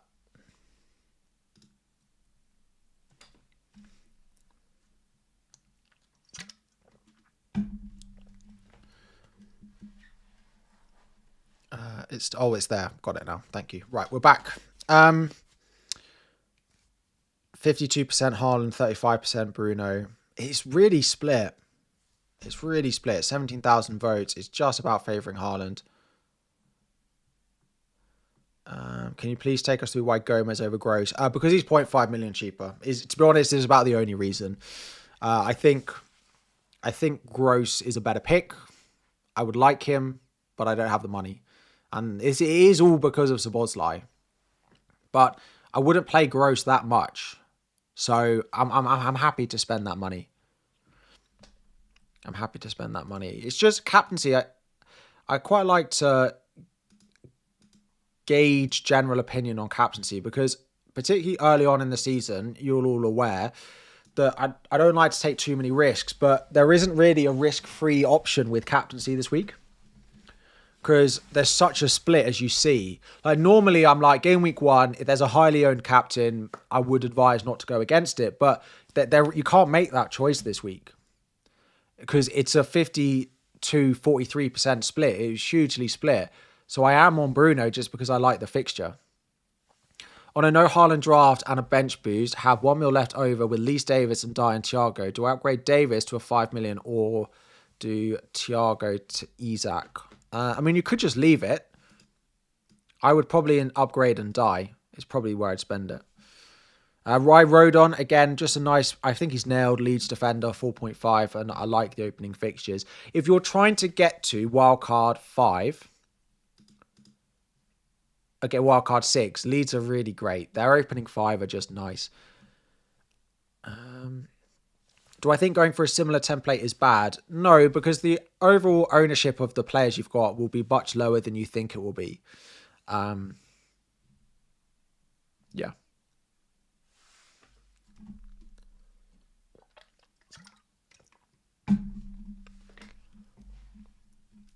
Is Shaw nailed for 2 weeks? Yes, Shaw will start the first 2.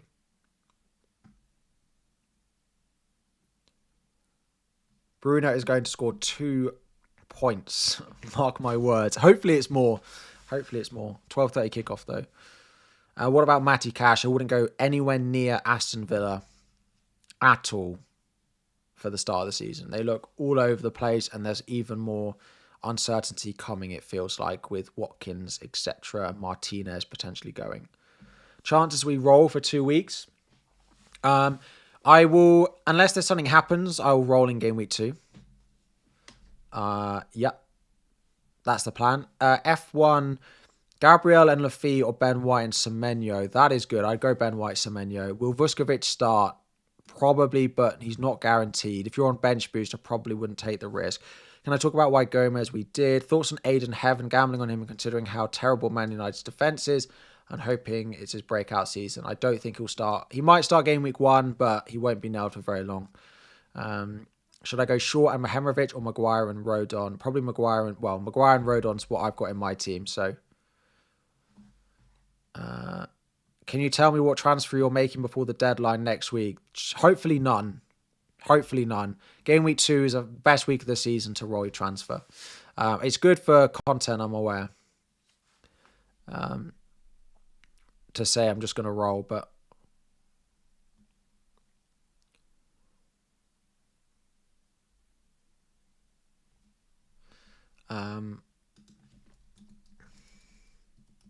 FPL Joe, are you in the... Are you in... Oh no, I thought there would be a drop in the Arsenal clean sheets, but there haven't. Not really. Arsenal clean sheet dropped from 60% to 56%.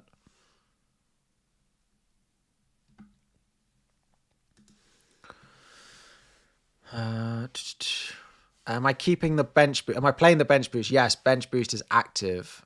Yeah. Ampadu's a good pick. I just think I probably prefer Sangare, but Ampadu feels slightly safer for the start of the season, so yep. Why Solis? He's apparently had 19 consecutive games with an attack in return, which is crazy.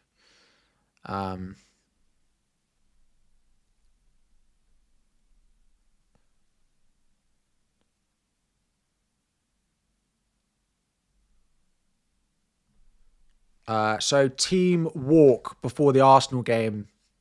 No Bruno Guimaraes, no Gabriel Jesus, no Gabriel Martinelli, which is quite big because he's the main threat on that left wing. Now, it could be Eze who comes on, but that's good for Solis' minutes. And no Ezri Konsa, apparently. So, would imply that Ezri Konsa is not going to start in game week 1. For anyone who's holding about a bit of hope, I'm sure we'll get that up at some point later on in the stream. But, yes, no Martinelli and no Ezri Konsa on the Arsenal team walk.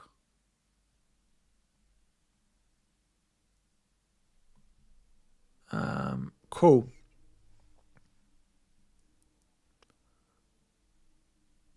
Oh.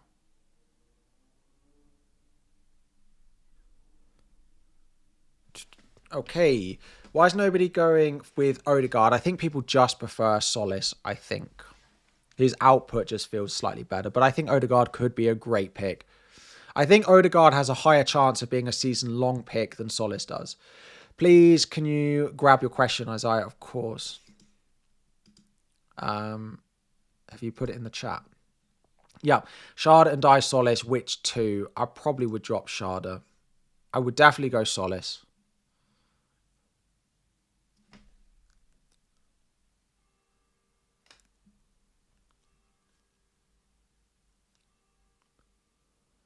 Why is no one going with Hinchelwood? I think Ross might be. Ross loves Hinchelwood. He was all over it recently. Let me have a look. Let me get Ross up and see who he's got. He did have Hinchelwood in his team. Yeah, he does. Ross really likes Hinchelwood. He's really low owned as well. So if you want to go with Hinchelwood, 6 million, 0.4%, will start this week almost guaranteed. Yeah, it was great for me at the end of last year. But again, it's just that 0.5. At 6 million, you've got Ndai and Enzo Lafie who are on pens. And at 5.5, you've got Gross and you've got Sangare. Nottingham Forest Sangare or Brentford Sangare. If you've got the money, go Brentford Sangare. Better pick. Definitely a better pick.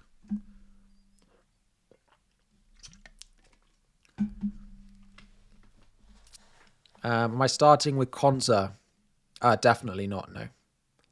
Well, not definitely not. Unless for some reason he was leaked to start tonight, then he would go in. But it doesn't look like this is going to be the case. Any 4 million playing goalkeepers? No, which again is the benefit to the early bench boost is because then when you wildcard, you don't have to spend that on it. Yes, WhatsApp group. If you are a mid-tier plus member, you can join the WhatsApp. You have to head over to my channel, head over to the membership tab. Oh.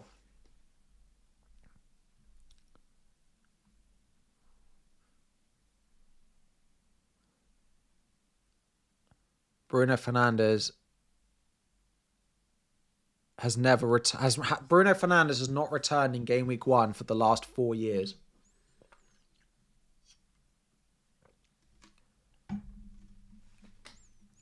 Make of that what you will.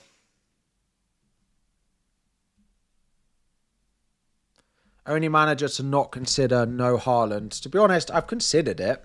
I'm just not sure it's needed. I feel like I can build a pretty good team without him. Yeah, Bruno's last 4 game week 1 scores 2-3-3-2. Haaland's last game week 1 scores 13-13, 7-13. There is a lot of circumstance difference between those though.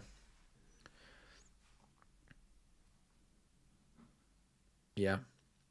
Haaland scored 7 goals in the last 4 years.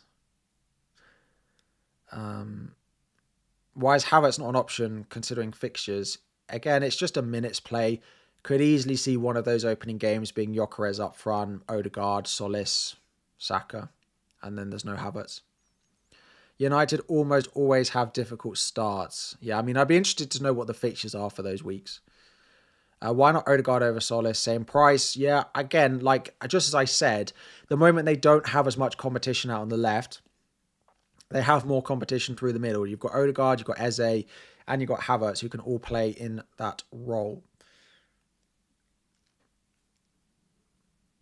Why no Robertson? I quite like Robertson as a 4.5, but if you're bench boosting in game week 1, I think Brentford will score. I've got Kinski, so I don't really want a Spurs double up. But you hear Chelsea fans are preying on Maresca's downfall. Well, an ex-Chelsea manager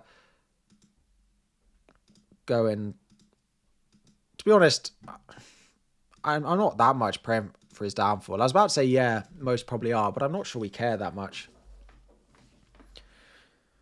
Verbruggen, Kinski, Calafiori, Maguire, Mahemrovic, Mitchell, Diop, Bruno, and Burma, Sposlide. Yep. Would like Canvo and Solis. Canvo you can let go. Solis you just do and die to Solis and you ditch probably Mahemrovic down to Rodon. We have just over half an hour to go until the game week 1 deadline, and there are 15,000 of you here for the deadline. Please make sure you're liking the stream if you haven't already. There are almost 14,000 of you that haven't liked the stream already. And there are enough non-subscribers watching this stream who can't comment in the chat because you have to be a subscriber in the build up to the deadline. And if all of you subscribed, we'd hit 240k subscribers live in the Game Week 1 deadline. Your league... I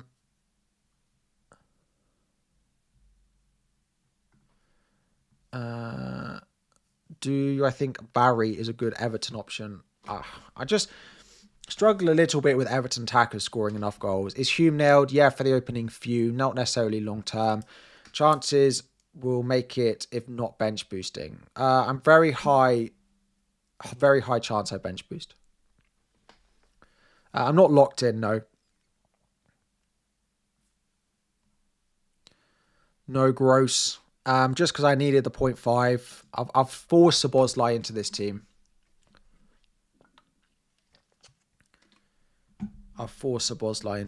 Hinchelwood over Szoboszlai and Gomez to Gross thoughts. I've got no problem with that. If you don't want to trust Szoboszlai, I've got no issue with that. I've got no issue with it. So that Gomez spot, let's have a little talk about it. First of all, half an hour to go to the deadline. I've drunk half a bottle of water. I am going to very, very quickly run to the loo. I'll be back in 1 minute maximum. Do not go anywhere.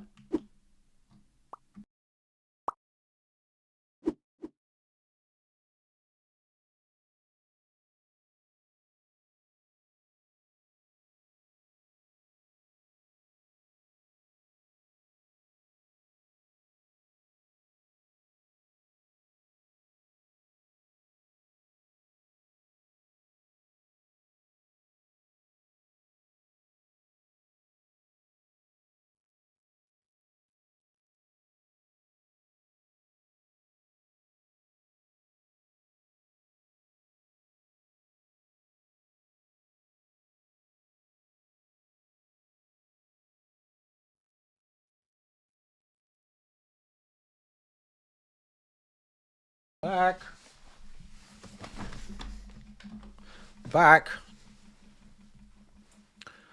Right. The big half hour.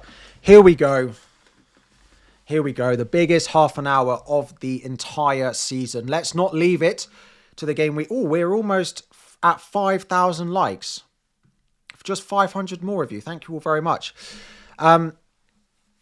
We are probably at the biggest half an hour of the entire season. Last half an hour of game week 1. Don't leave it like I did in game week 1 last year where the game crashed and I forgot to move a player who kept a clean sheet onto my starting 11. Harry, on Hume or Ajer on Bench Boost 1. Bench Boost 1 specifically, you can go Hume, but I think longer term, Ajer fits the rest of my team well. I need a defender in game week 1, 3 and 4. Spurs at home, Sunderland at home, Bournemouth away. I'm quite happy with that. No, nothing in terms of leaks. No. Apart from, it doesn't look like Konza or Martinelli are in the squad.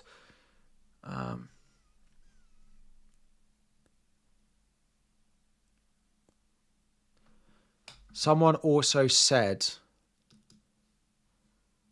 that the Arsenal projected...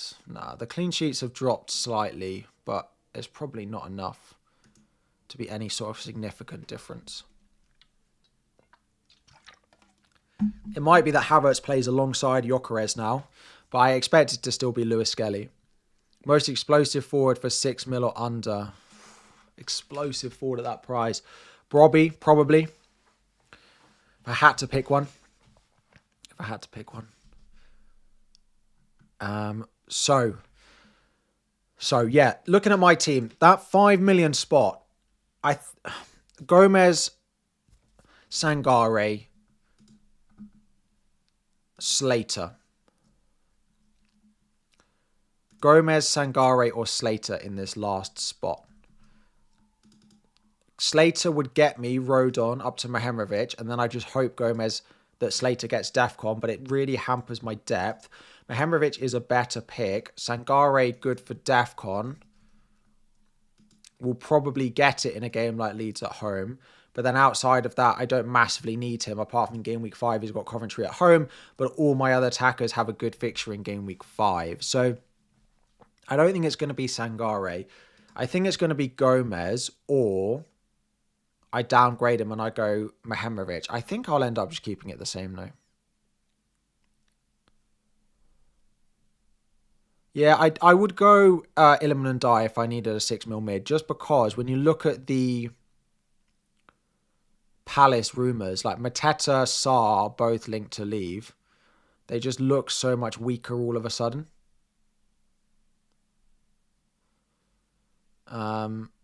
Yeah.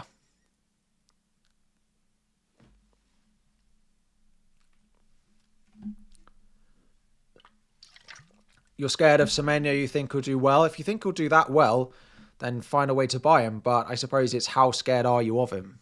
Because if you're don't have him in your team, you can't be that scared. But yeah, I agree. I do think he will start well. I just don't have a way to buy him. I've come to terms with that. Konza going to start? No, it doesn't look like Ezri Konza will start. No. Oscar, to get on Oscar's stream and tell him to buy Solace. I'll go and make his life more stressful than it needs to be. But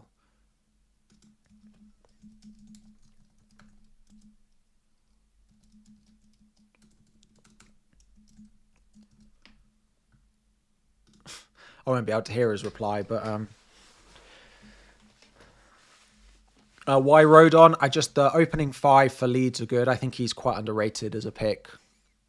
Can't believe I'm off the Anderson train. I know Anderson and Anderson last year were so good and they were nice and cheap, and now they've both had price rises and they're not as good as anymore. I wonder if I'll ever own an Anderson ever again. What about Foden? It just hasn't looked at it in pre-season.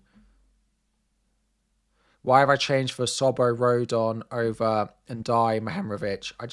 The opening 5 for Liverpool just look great. Just feels a little bit of an oversight not to go with one of them. I do like, Ndai would be my pick of the 6 mils. Is he better than a Gross and a Sangare? Maybe. Everton are weak. Everton are playing Palace, who look a little bit weak. So I'm not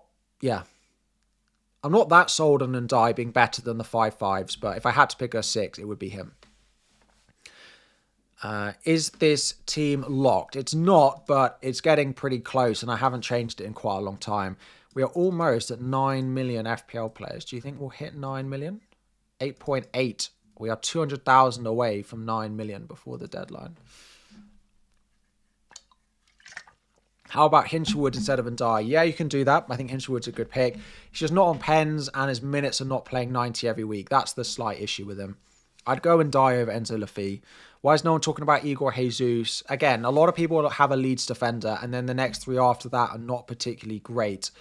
And just Calvert-Lewin, Haaland, João Pedro is in like 80% of teams. Yep, bench boost is active for me. My bench boost is active. If you're not captaining Haaland, then why not spread the funds? Because I want Haaland in game week 3. So, yes, in game week 1, there are some weeks I won't captain Haaland. And it doesn't mean that in those weeks I don't captain him, I have to sell him. He can still be a good pick and him not be the best pick in my team. But he's almost always going to be the best 2 picks in my team. Game week 3, I want Haaland. So I'm happy to go with him. And I think he's a good pick. It's a pretty close captaincy debate for me. So yeah, that's where we're at. I don't want to force myself into game week 3 transfers or chips to be played to buy Haaland back, basically.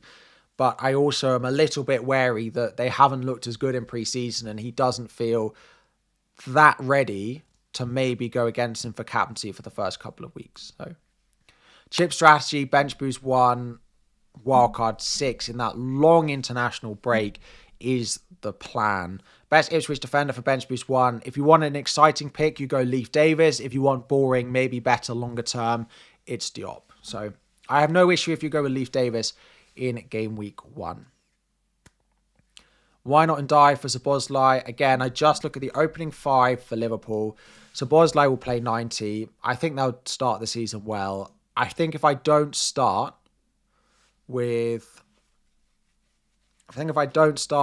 a Liverpool attacker, I'll be buying one. Now, it might be that I start with the wrong one. But, yeah.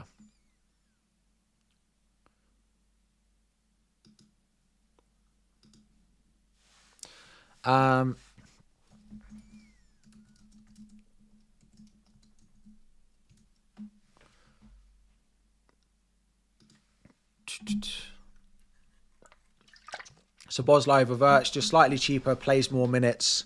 Yeah, Hemming at Villa, 4.5 million midfielder who probably will start game week 1, but we don't know how long he'll be in the team for. He's got to get a return to actually be any good, so yeah. Who's my striker? Haaland, Calvert-Lewin, João Pedro. I'm not sure I've ever been in a position where all of pre-season I haven't changed what my front 3 looks like.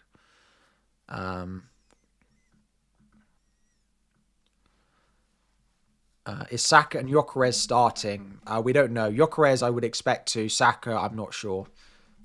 Even if he is, I'm not sure I'd be. To be honest, I reckon he won't. But looks like he's in the squad. Have I considered Trey Hume? Yes, I think he's great for the first 2, but doesn't fit my squad structure. That's basically all it is. Gross and Rodon or Gomez and Mehemrovic. So again, let me just show you this. On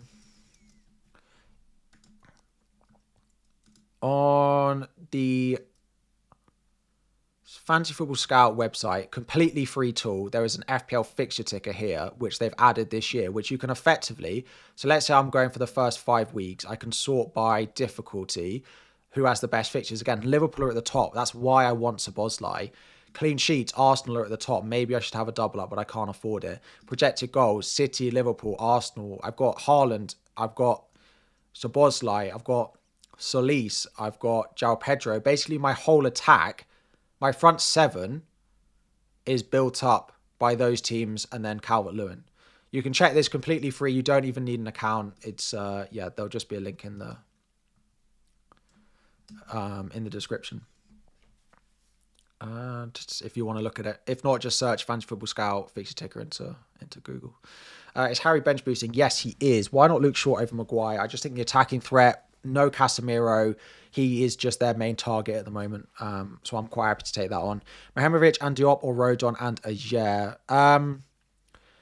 Depends. If that's your 3rd and 4th defender, then you need Rodon, Ajer. If it's your 4th and 5th, then Mehemrovic and Diop. So I wouldn't do Rodon, Ajer in my team to those 2 because it would make my defense even more unbalanced than it already is. Bruno is my captain at the moment. Yeah. Who are your defenders? Maguire, Rodon, Calafiori. Rodgers, I like, but I might visit him in game week 4. I've got a plan in my mind, potentially to do Brian Mbeumo to Morgan Rodgers in game week 4 for Hull at home, as long as Morgan Rodgers looks good at that point.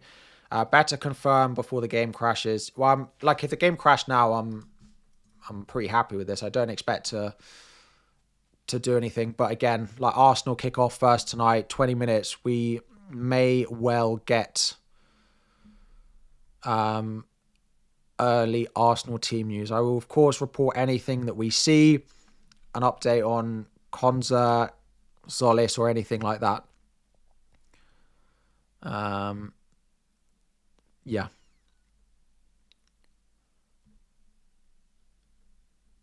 Basically. More in Bench Boost 1, yeah, but then he does just become an issue pretty quickly. So at least with Gomez, he is safe longer term. Or should be, at least. He's not 100% guaranteed to start game week 1, though, Gomez. I think he's expected to, but it's not guaranteed. Mehemrovic and Rice, or Rodon and Mbeumo. I would not buy Declan Rice. Are we too locked in on João Pedro? Could do much with that 1.5. Again, in game week 4, Hull at home, you'll want João Pedro. So if you don't start with him now, you'll want to find a way to get him personally. Thoughts on Solis and Szoboszlai or Wirtz and Lafay? I would almost certainly go with Solis and Szoboszlai. Odegaard as a pick, I think he's fine. If they go with Havertz, Gyökeres, then does that drop him? I think there's uncertainty in my eyes about Odegaard's position and positioning a little bit. And Solis just feels like an output monster. Yeah, no Martinelli or Konza, which is good for Solis. Best 5.5 mid for bench boost. Sangare or Pascal Gross, either of those two. What is Slater like? He's a 4.5 million. He's a 4.5 million midfielder who will get the occasional DEFCON, not much attacking threat, should start the first few games, and then might get dropped once their new signings are embedded in. Will you show your team? My team, I don't think I'm going to change it. I might.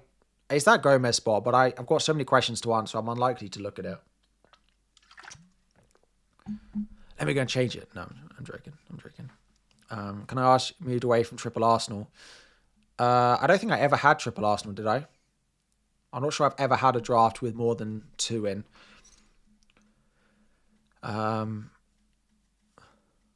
Why would I do Solis to Ndai and Gomez to Gross? So again, this is all about squad structure, right? Because if you own Gomez and Solis and you're benching Gomez every week, then it's fine. But if it's Gross and Ndai and you've got to play them every week, then I would prefer that option. But I can just bench Gomez most of the time. Captaining and Burmo, he's my number 5 in my captain rank, or number 4. Again, lots of useful information. If you're new to the stream, please do subscribe. In the top right and bottom right now, there's lots of useful info around Game Week 1, and there will be updated every single week for useful stuff for you, so check it out. Why Diop and not O'Shea or Thomas? Thomas has a bad fixture Game Week 1, and I'm bench boosting, and O'Shea is playing right back, so his DEFCON is less good. If I was going for someone other than these two, it would be Leif Davis at left back. Gabriel's your captain, clean sheet and corner goal incoming. Yeah, he's my number 3. He's my number 3. Captaincy behind Haaland Bruno. Why bench boost active? I've got 4 players on my bench, all playing at home, all expected to start. You don't get that much better than something like that, even if you save it further down the line. 15 minutes to go until game week 1. 15 minutes. We've got time for questions. Let's keep an eye on if we see anything at all on Arsenal that could impact drafts. Liverpool are submitting bids for Minter, which is good for Gomez's minutes. He's also injured. Fine. So Van Heck, I think, is a good pick. It's just if you want a double up on Spurs, and he's got Brentford away in game week 1, who I think will score. Bench boost 2, Kinski or Rushworth. Bench boost 2, I'd go Kinski definitely, and I probably would go for both of them. But I don't know what other goalkeeper. Kinski's great at 4-5. He's my first choice. Why Szoboszlai over Wirtz? Just feels slightly safer. Why not the Arsenal double up in defence? I just don't have the money for it, and I've prioritised other things in my team. The plan is bench boost 1 and then wildcard in game week 6. Does Gomez start? Yes, he does. 5 million for Brighton, playing right wing. He won't play 90. He'll play somewhere between 60 and 70 minutes. Am I bench boosting? Yes, bench boost 1. Think we're pretty much there with the team. Why Szoboszlai over Gakpo? Gakpo might leave. It gives you a little bit of uncertainty going forward, and he is heavily linked with a move to Spurs. Any Arsenal starting 11 news as of yet? No, we have nothing. We have nothing as of yet. Will Foden play? Yes, he should start. If you're not going to Bravka as your 4.0, just find one that's like red flagged and then they can't drop in price. Captain James or Raya. I wouldn't captain either of those. Harry Wilson, I think, is a good pick. You can also look at Antoine Stack if you want other Leeds players, or Ampadu. Oh dear. My computer sounds like it's going to take off. Is Rodon nailed on? I think he is. He's a slightly bigger risk, maybe a 10% risk compared to Mohamovic, who's a 0% risk, but I'm happy to take that on.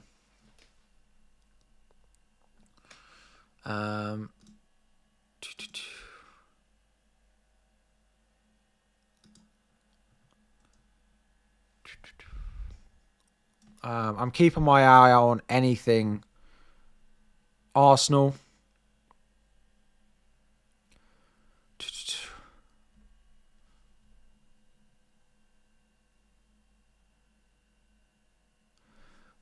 So the Arsenal Twitter account that often has team news is saying at 6:28 he's going. There might be some Arsenal team news 2 minutes before the deadline. I mean, we had this in game week 38 and it crashed and everything missed the servers. So, yeah. Gonna have to stick around until 6:28 potentially to get something on Arsenal. Gosh. Oh, the stress. Right. Let's just have a plan just in case. If Solis doesn't start, Solis goes to Gross, Gomez goes to Sangare, and Rodon goes to Mohamovic. If Calafiori doesn't start, he just goes to Ben White. Simple as that. Let me write that on my notes. The memo notepad, but we're just going to keep it on. Oh, it's got my game week 38 notes still. So if it's Solis, we do Gross, Sangare, Mohamovic. And if it's Calafiori, we just do White. Okay, prepare for some chaos. Prepare for some chaos. Hopefully it's fine. I have no reason to think it won't just be full strength. Right, back to some questions then. Shard and Dye or Hinchelwood? I would go and Dye out of those three. Or you just buy a 5.5 million one and save the money.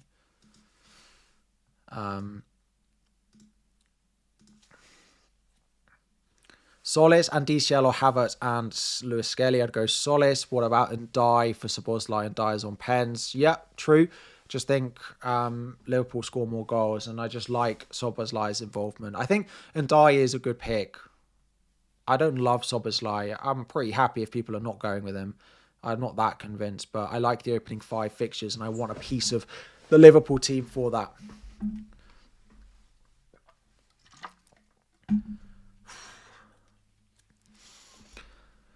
Brentford, Sangare or Ampadu? I probably would start with Brentford, Sangare. I think, yeah, because also a lot of us have other Leeds players that I wouldn't want too much of it in my team. My captain Bruno for sure. Yeah, I'm going to captain Bruno. I think the only thing that's going to change my team between now and the deadline is if there's anything Arsenal team news related that is to do with Solis or Calafiori not starting.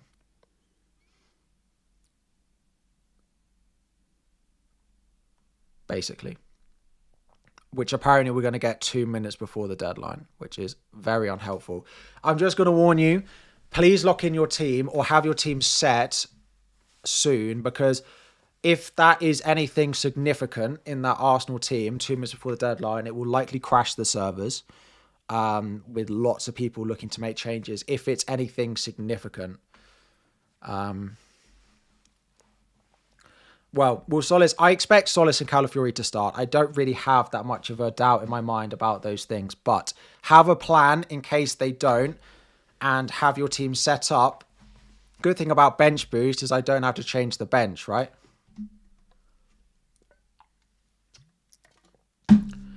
Yes, looks like Minter's going to Liverpool, which is good for Gomez. And my bench boosting 1.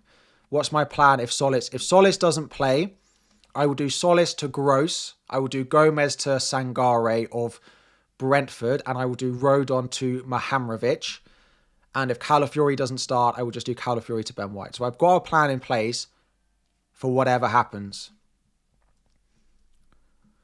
Yeah, I've looked on Twitter. I've got it. Right. We are 8 minutes to go before the deadline. I'm going to do my best to answer questions. I'll keep my eye out for any Arsenal news. If you could, there are 22,000 of you in here, which is absolutely mental. And 20,000 of you have not liked the stream. Please drop a like if you're enjoying or stressed or whatever. You're about to see live stress and almost a live meltdown in the flesh. And we are 600 subscribers away from 240k. There are more than 600 of you. There's actually more than 6,000 of you in who are not subscribed, who can help me hit that milestone in the Game Week 1 stream. So like and subscribe. Help me hit those 2 milestones. And let's go for the final 7 minutes before the deadline. Right. Is it crazy? So my team is not going to change unless we get anything in the build-up about the Arsenal team. It might also have something about Saka for people wanting to go on him or anyone else. Thank you all. Thank you all so much for the support. Calafiori captain. I wouldn't do that. Wirtz or Rodgers. I would go... probably would go Wirtz to start. Why Diop over Greaves? He's just slightly more nailed. He fits into all the potential lineups that Ipswich could go with. Yes, bench boost is active. And Burmo captain, I don't mind it, but I still think I back Bruno slightly more. Plan is to wildcard in Game Week 6, which is the long international break between Game Week 5 and Game Week 6. Whereas Odegaard, I just think I prefer Solis. Now, I could do Solis to Odegaard, but I don't think I will do that. White, Gross, Sangare, or Ajer, Gomez, Szoboszlai. Well, for me, because I can bench some of them, it is the Szoboszlai route because that's what I've got. Any news on Saka starting? No, nothing at the moment. We're expecting something in 4 minutes' time, potentially, around Arsenal. 4 minutes' time, potentially, around Arsenal. Of course, I will add this as a disclaimer now so that when we get there, no one is surprised. If there is anything in that team news is always not 100% reliable. So you do take it with your own little bit of understanding that it is potentially wrong. Whether we act on it, whether I will act on it or not, depending on what the news is. But it is up to you whether you definitely act on that news once it comes out. So, of course, pay that it is not 100% guaranteed. It is not the team sheet from the club. It's not 100% guaranteed that it's right, but it's about whether you act on it or not. Of course, that's always a disclaimer. 3 minutes to go until the deadline. Right. Let me just put it on this screen for now. No, let's leave it there for now. We've got 4 minutes to go to the deadline. This time it is slightly ahead. Just to make sure people don't miss the deadline. Team news potentially coming in a couple of minutes. Gomez or Gross. If you've got the money, Gross. But yeah, if you've got the money, I'd go Gross and Rodon over Gomez and Mahamrovic if you've got it. I will play last fan standing. Yes, we'll do all of that after the deadline. Hume I like, but he's only safe for the first couple. I'm panicking. Honestly, I need to wear one of those heart rate monitors because it's going through the roof. We could put it up on the screen.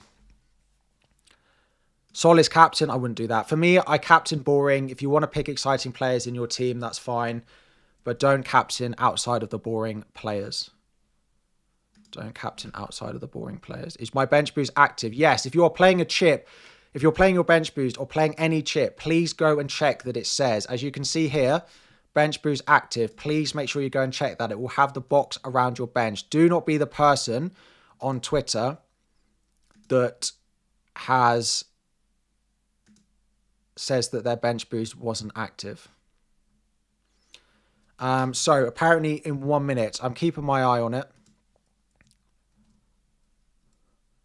I'm keeping my eye on it. Should I even put it up here just so that you can all see it as well? This is the account that we're looking at.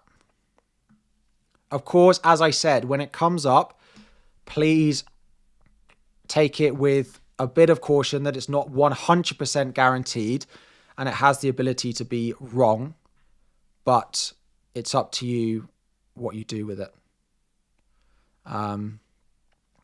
So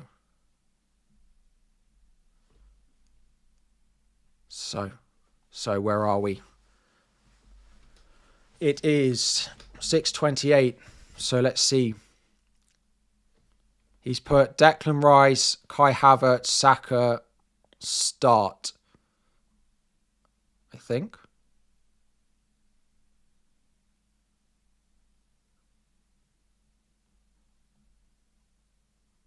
I just saw it and then, yeah.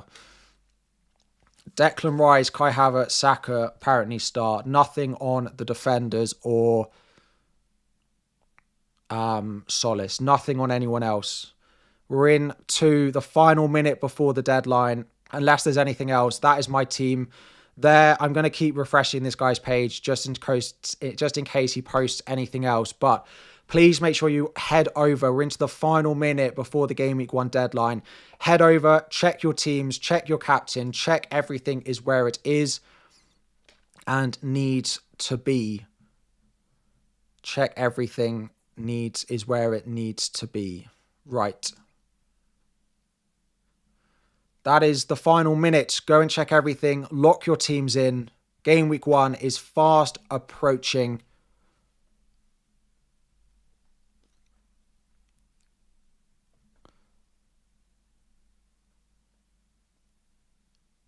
Calafiori, apparently they all start. Apparently everyone starts. Apparently it's just like the same as before. Calafiori, White, Odegaard, Solis. So doesn't look like there's anything to worry about.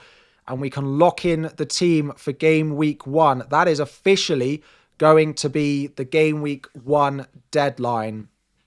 Bruno captain. Oh, deadline hasn't quite passed. But that is going to be where we are for Game Week 1.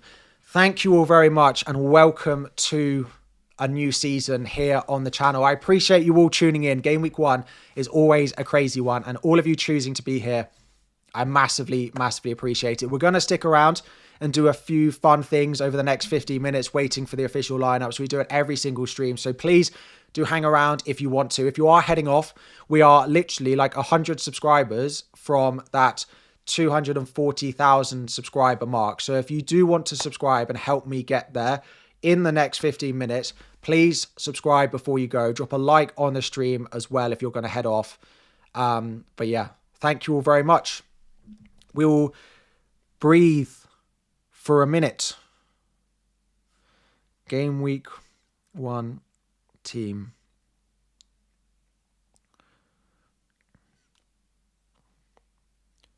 Good luck, everyone.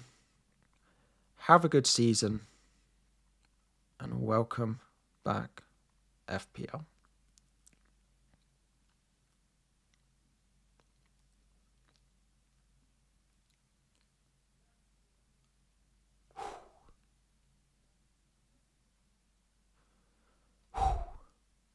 New season, top 10k. I will do my best. I'll do my best.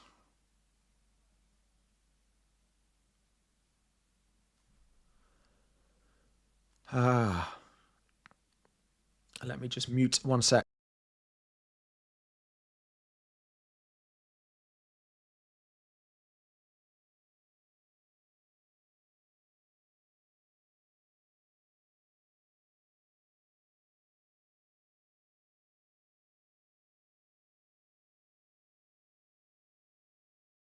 Cool. Cool. Right. Now, lots to do. This stream and this after stream bit is being sponsored by Club. If you are not playing Club already, you need to be going and playing the game. I am in the game. It's a free-to-play Football Manager game. I play it every single day. And you get players, you pack them. If you like them, you can put them into your lineup. You can see my lineup for Game Week 1 up on screen now.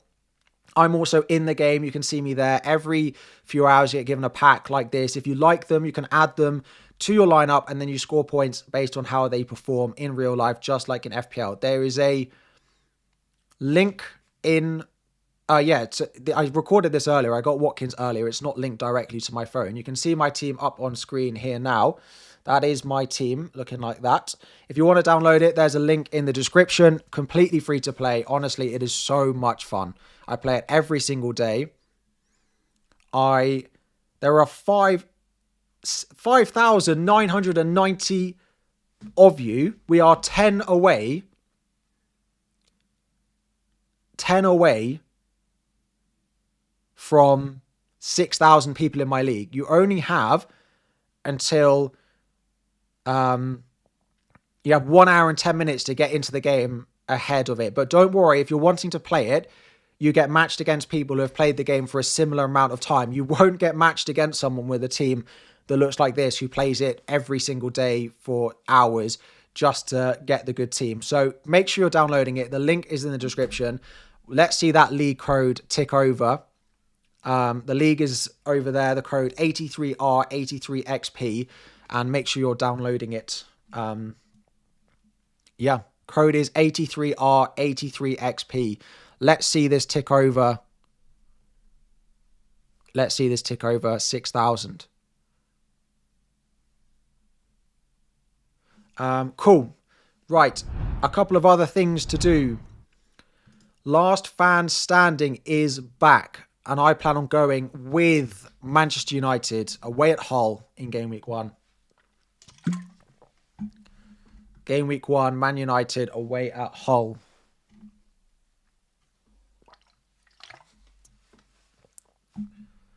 Harry, in case you missed it, this is your first time watching. Well, welcome. Thank you very much. Is the first team you get matched with a club a bot? No, but you'll also get matched with someone who's not played the game for very long. So you won't get matched with someone... I could pick Arsenal. Yeah, I could go Arsenal. I think I'm going to go Man United, though. You won't be able to join the league. It will be until the deadline has passed now, because the game will be updating. So I'm going Man United on last fan standing. Again, if you want to play it, let me leave the link in the description. Every week you pick a team. If they win, you go through to the next round. You can't pick the same team more than once. That is the league to last fan standing. Make sure you're picking a team. And then Fantasy Challenge. If you want to play Fantasy Challenge, again, we have a league. It will be up above you. There's a link in the description. Make sure you're joining the FPL Harry League for the start of the season. Every single stream, at the end of it, we look at my club team, we look at last fan standing while I'm still in it, and then we also look at Fantasy Challenge. So I need to redo this. This was auto-picked. What is the challenge? Double points for summer signings. 1 player per club. Okay. Show summer signings. Trafford. Yeah, we'll have that. Defenders. Who do we like in defence?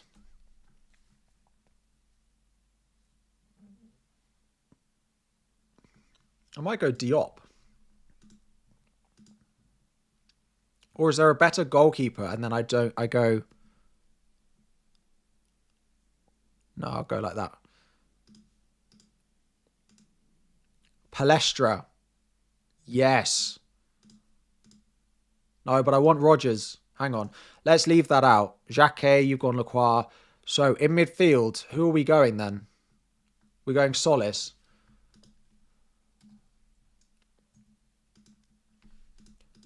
Or forwards. Who else is there? Oh, there's not many.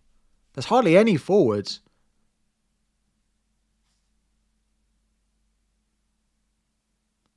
There aren't many forwards.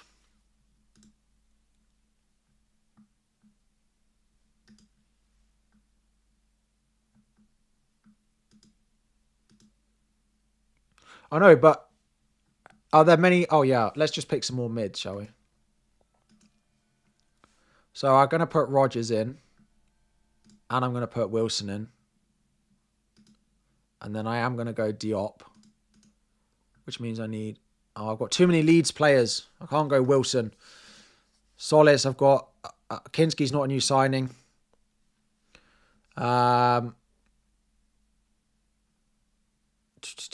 Who do we go? Midfielders. Do I just go Anderson? I'll go Anderson because I miss having him. And then forwards.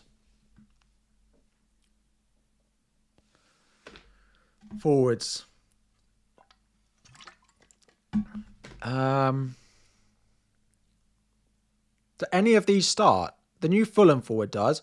Who starts up front for Ipswich?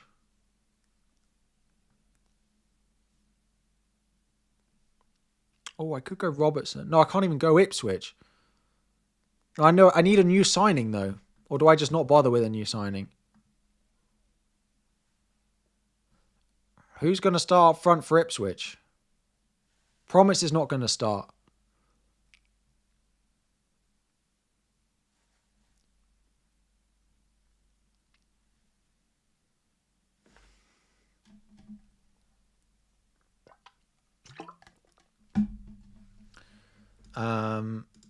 Maybe I just go... I'm going to go Isak just because I didn't pick him. Or Thiago. Let's go Thiago just for fun. And I'm going to captain Elliot Anderson.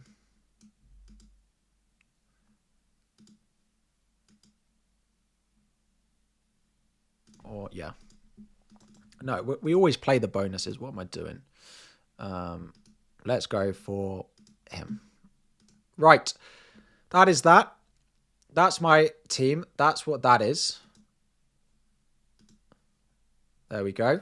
And then once we've done all of that, we just go like this. Ready? And then we chat. And now we can just chill. We just chat now. What does anyone want to talk about? Game week 1's here. About to start again.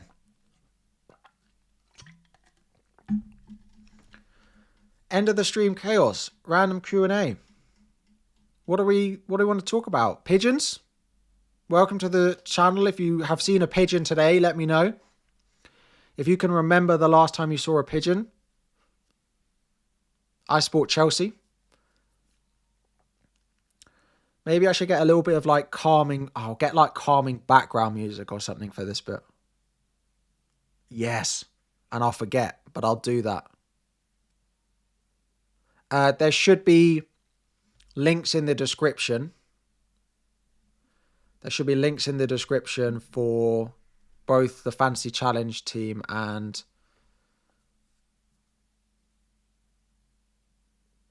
the main game. You won't be able to join the main game league until the game updates, though.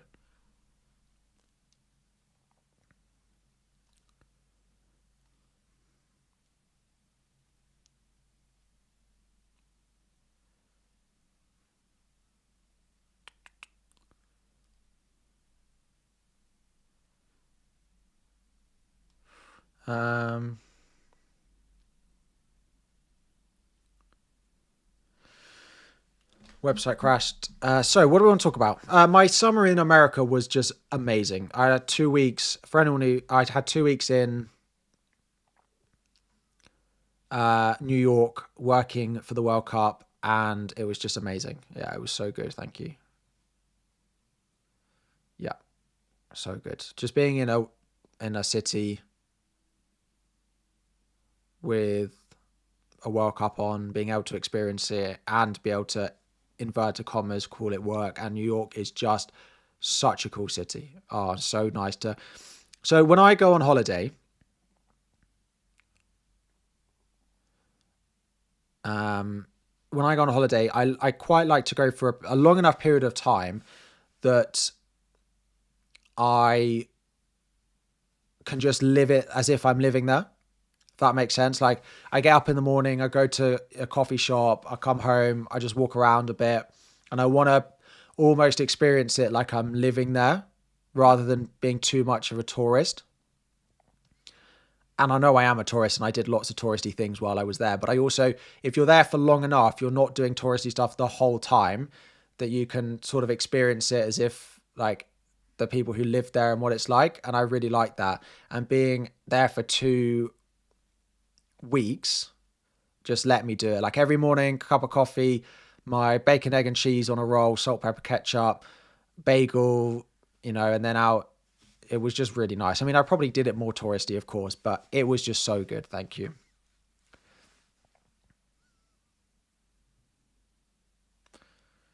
You rent apartments. Nice. Yeah, I was in a hotel again. It wasn't a complete up to me, but the hotel was very good.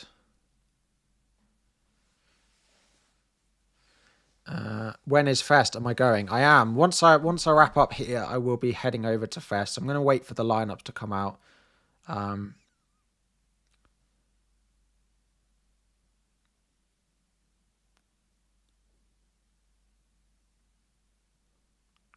and then yeah.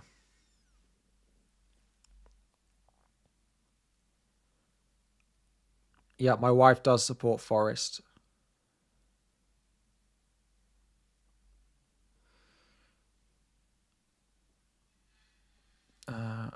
Greetings from New York. Hello, hello. Oh, I honestly had the best time. That moment, I got back on the plane to go home. I was so sad. I was so sad. Do I think a pigeon could ever win FPL? She's got about as much chance as I do, I would say. How did I meet FPL Raptor Ross? I don't actually know.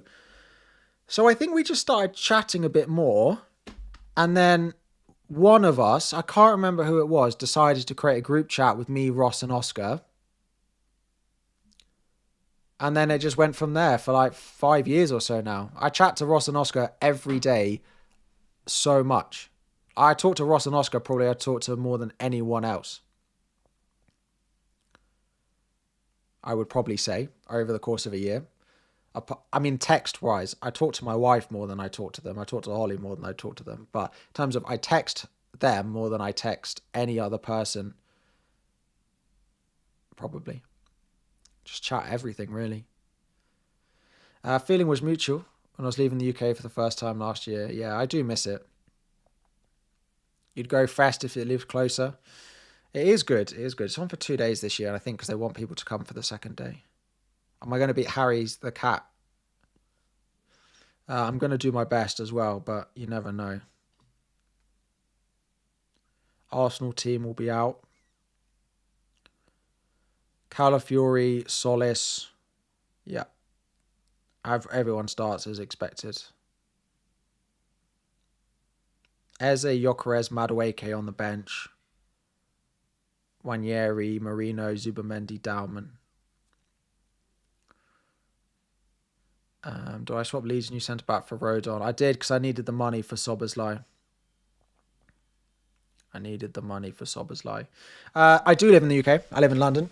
And London is great. Don't get me wrong. But when you go, I mean, New York's just so good. What FPL game was there where Harry picked United? Oh, it's called Last Fan Standing. You've got until the deadline to pick a team. And if they win, they go through to the next round. You go through, you can only pick each team once, though. So once you've picked United, you can't pick them again.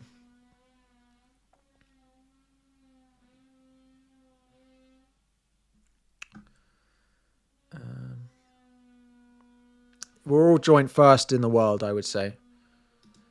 Hope Solis still takes corners, maybe, but Saka back. Maybe he takes them from the other side, but Rice back, so probably not. Right, I am going to wrap it up there. I have. It's been a long week, so I'm going to wrap it up there, and I'm going to head over to Fantasy Football Fest. Thank you all very much. I haven't even checked the Coventry lineup, but we're going to leave it there. Thank you all very much for joining. Welcome back for another season. Have a good one. Have a nice evening. Enjoy the weekend. We'll be back on Sunday for the first version of transfer plans for the new season. I'm tired. The adrenaline is dropping. I'm going to head off. Thank you all so much. Enjoy. I appreciate you all. Have a good weekend, and I will catch you all soon.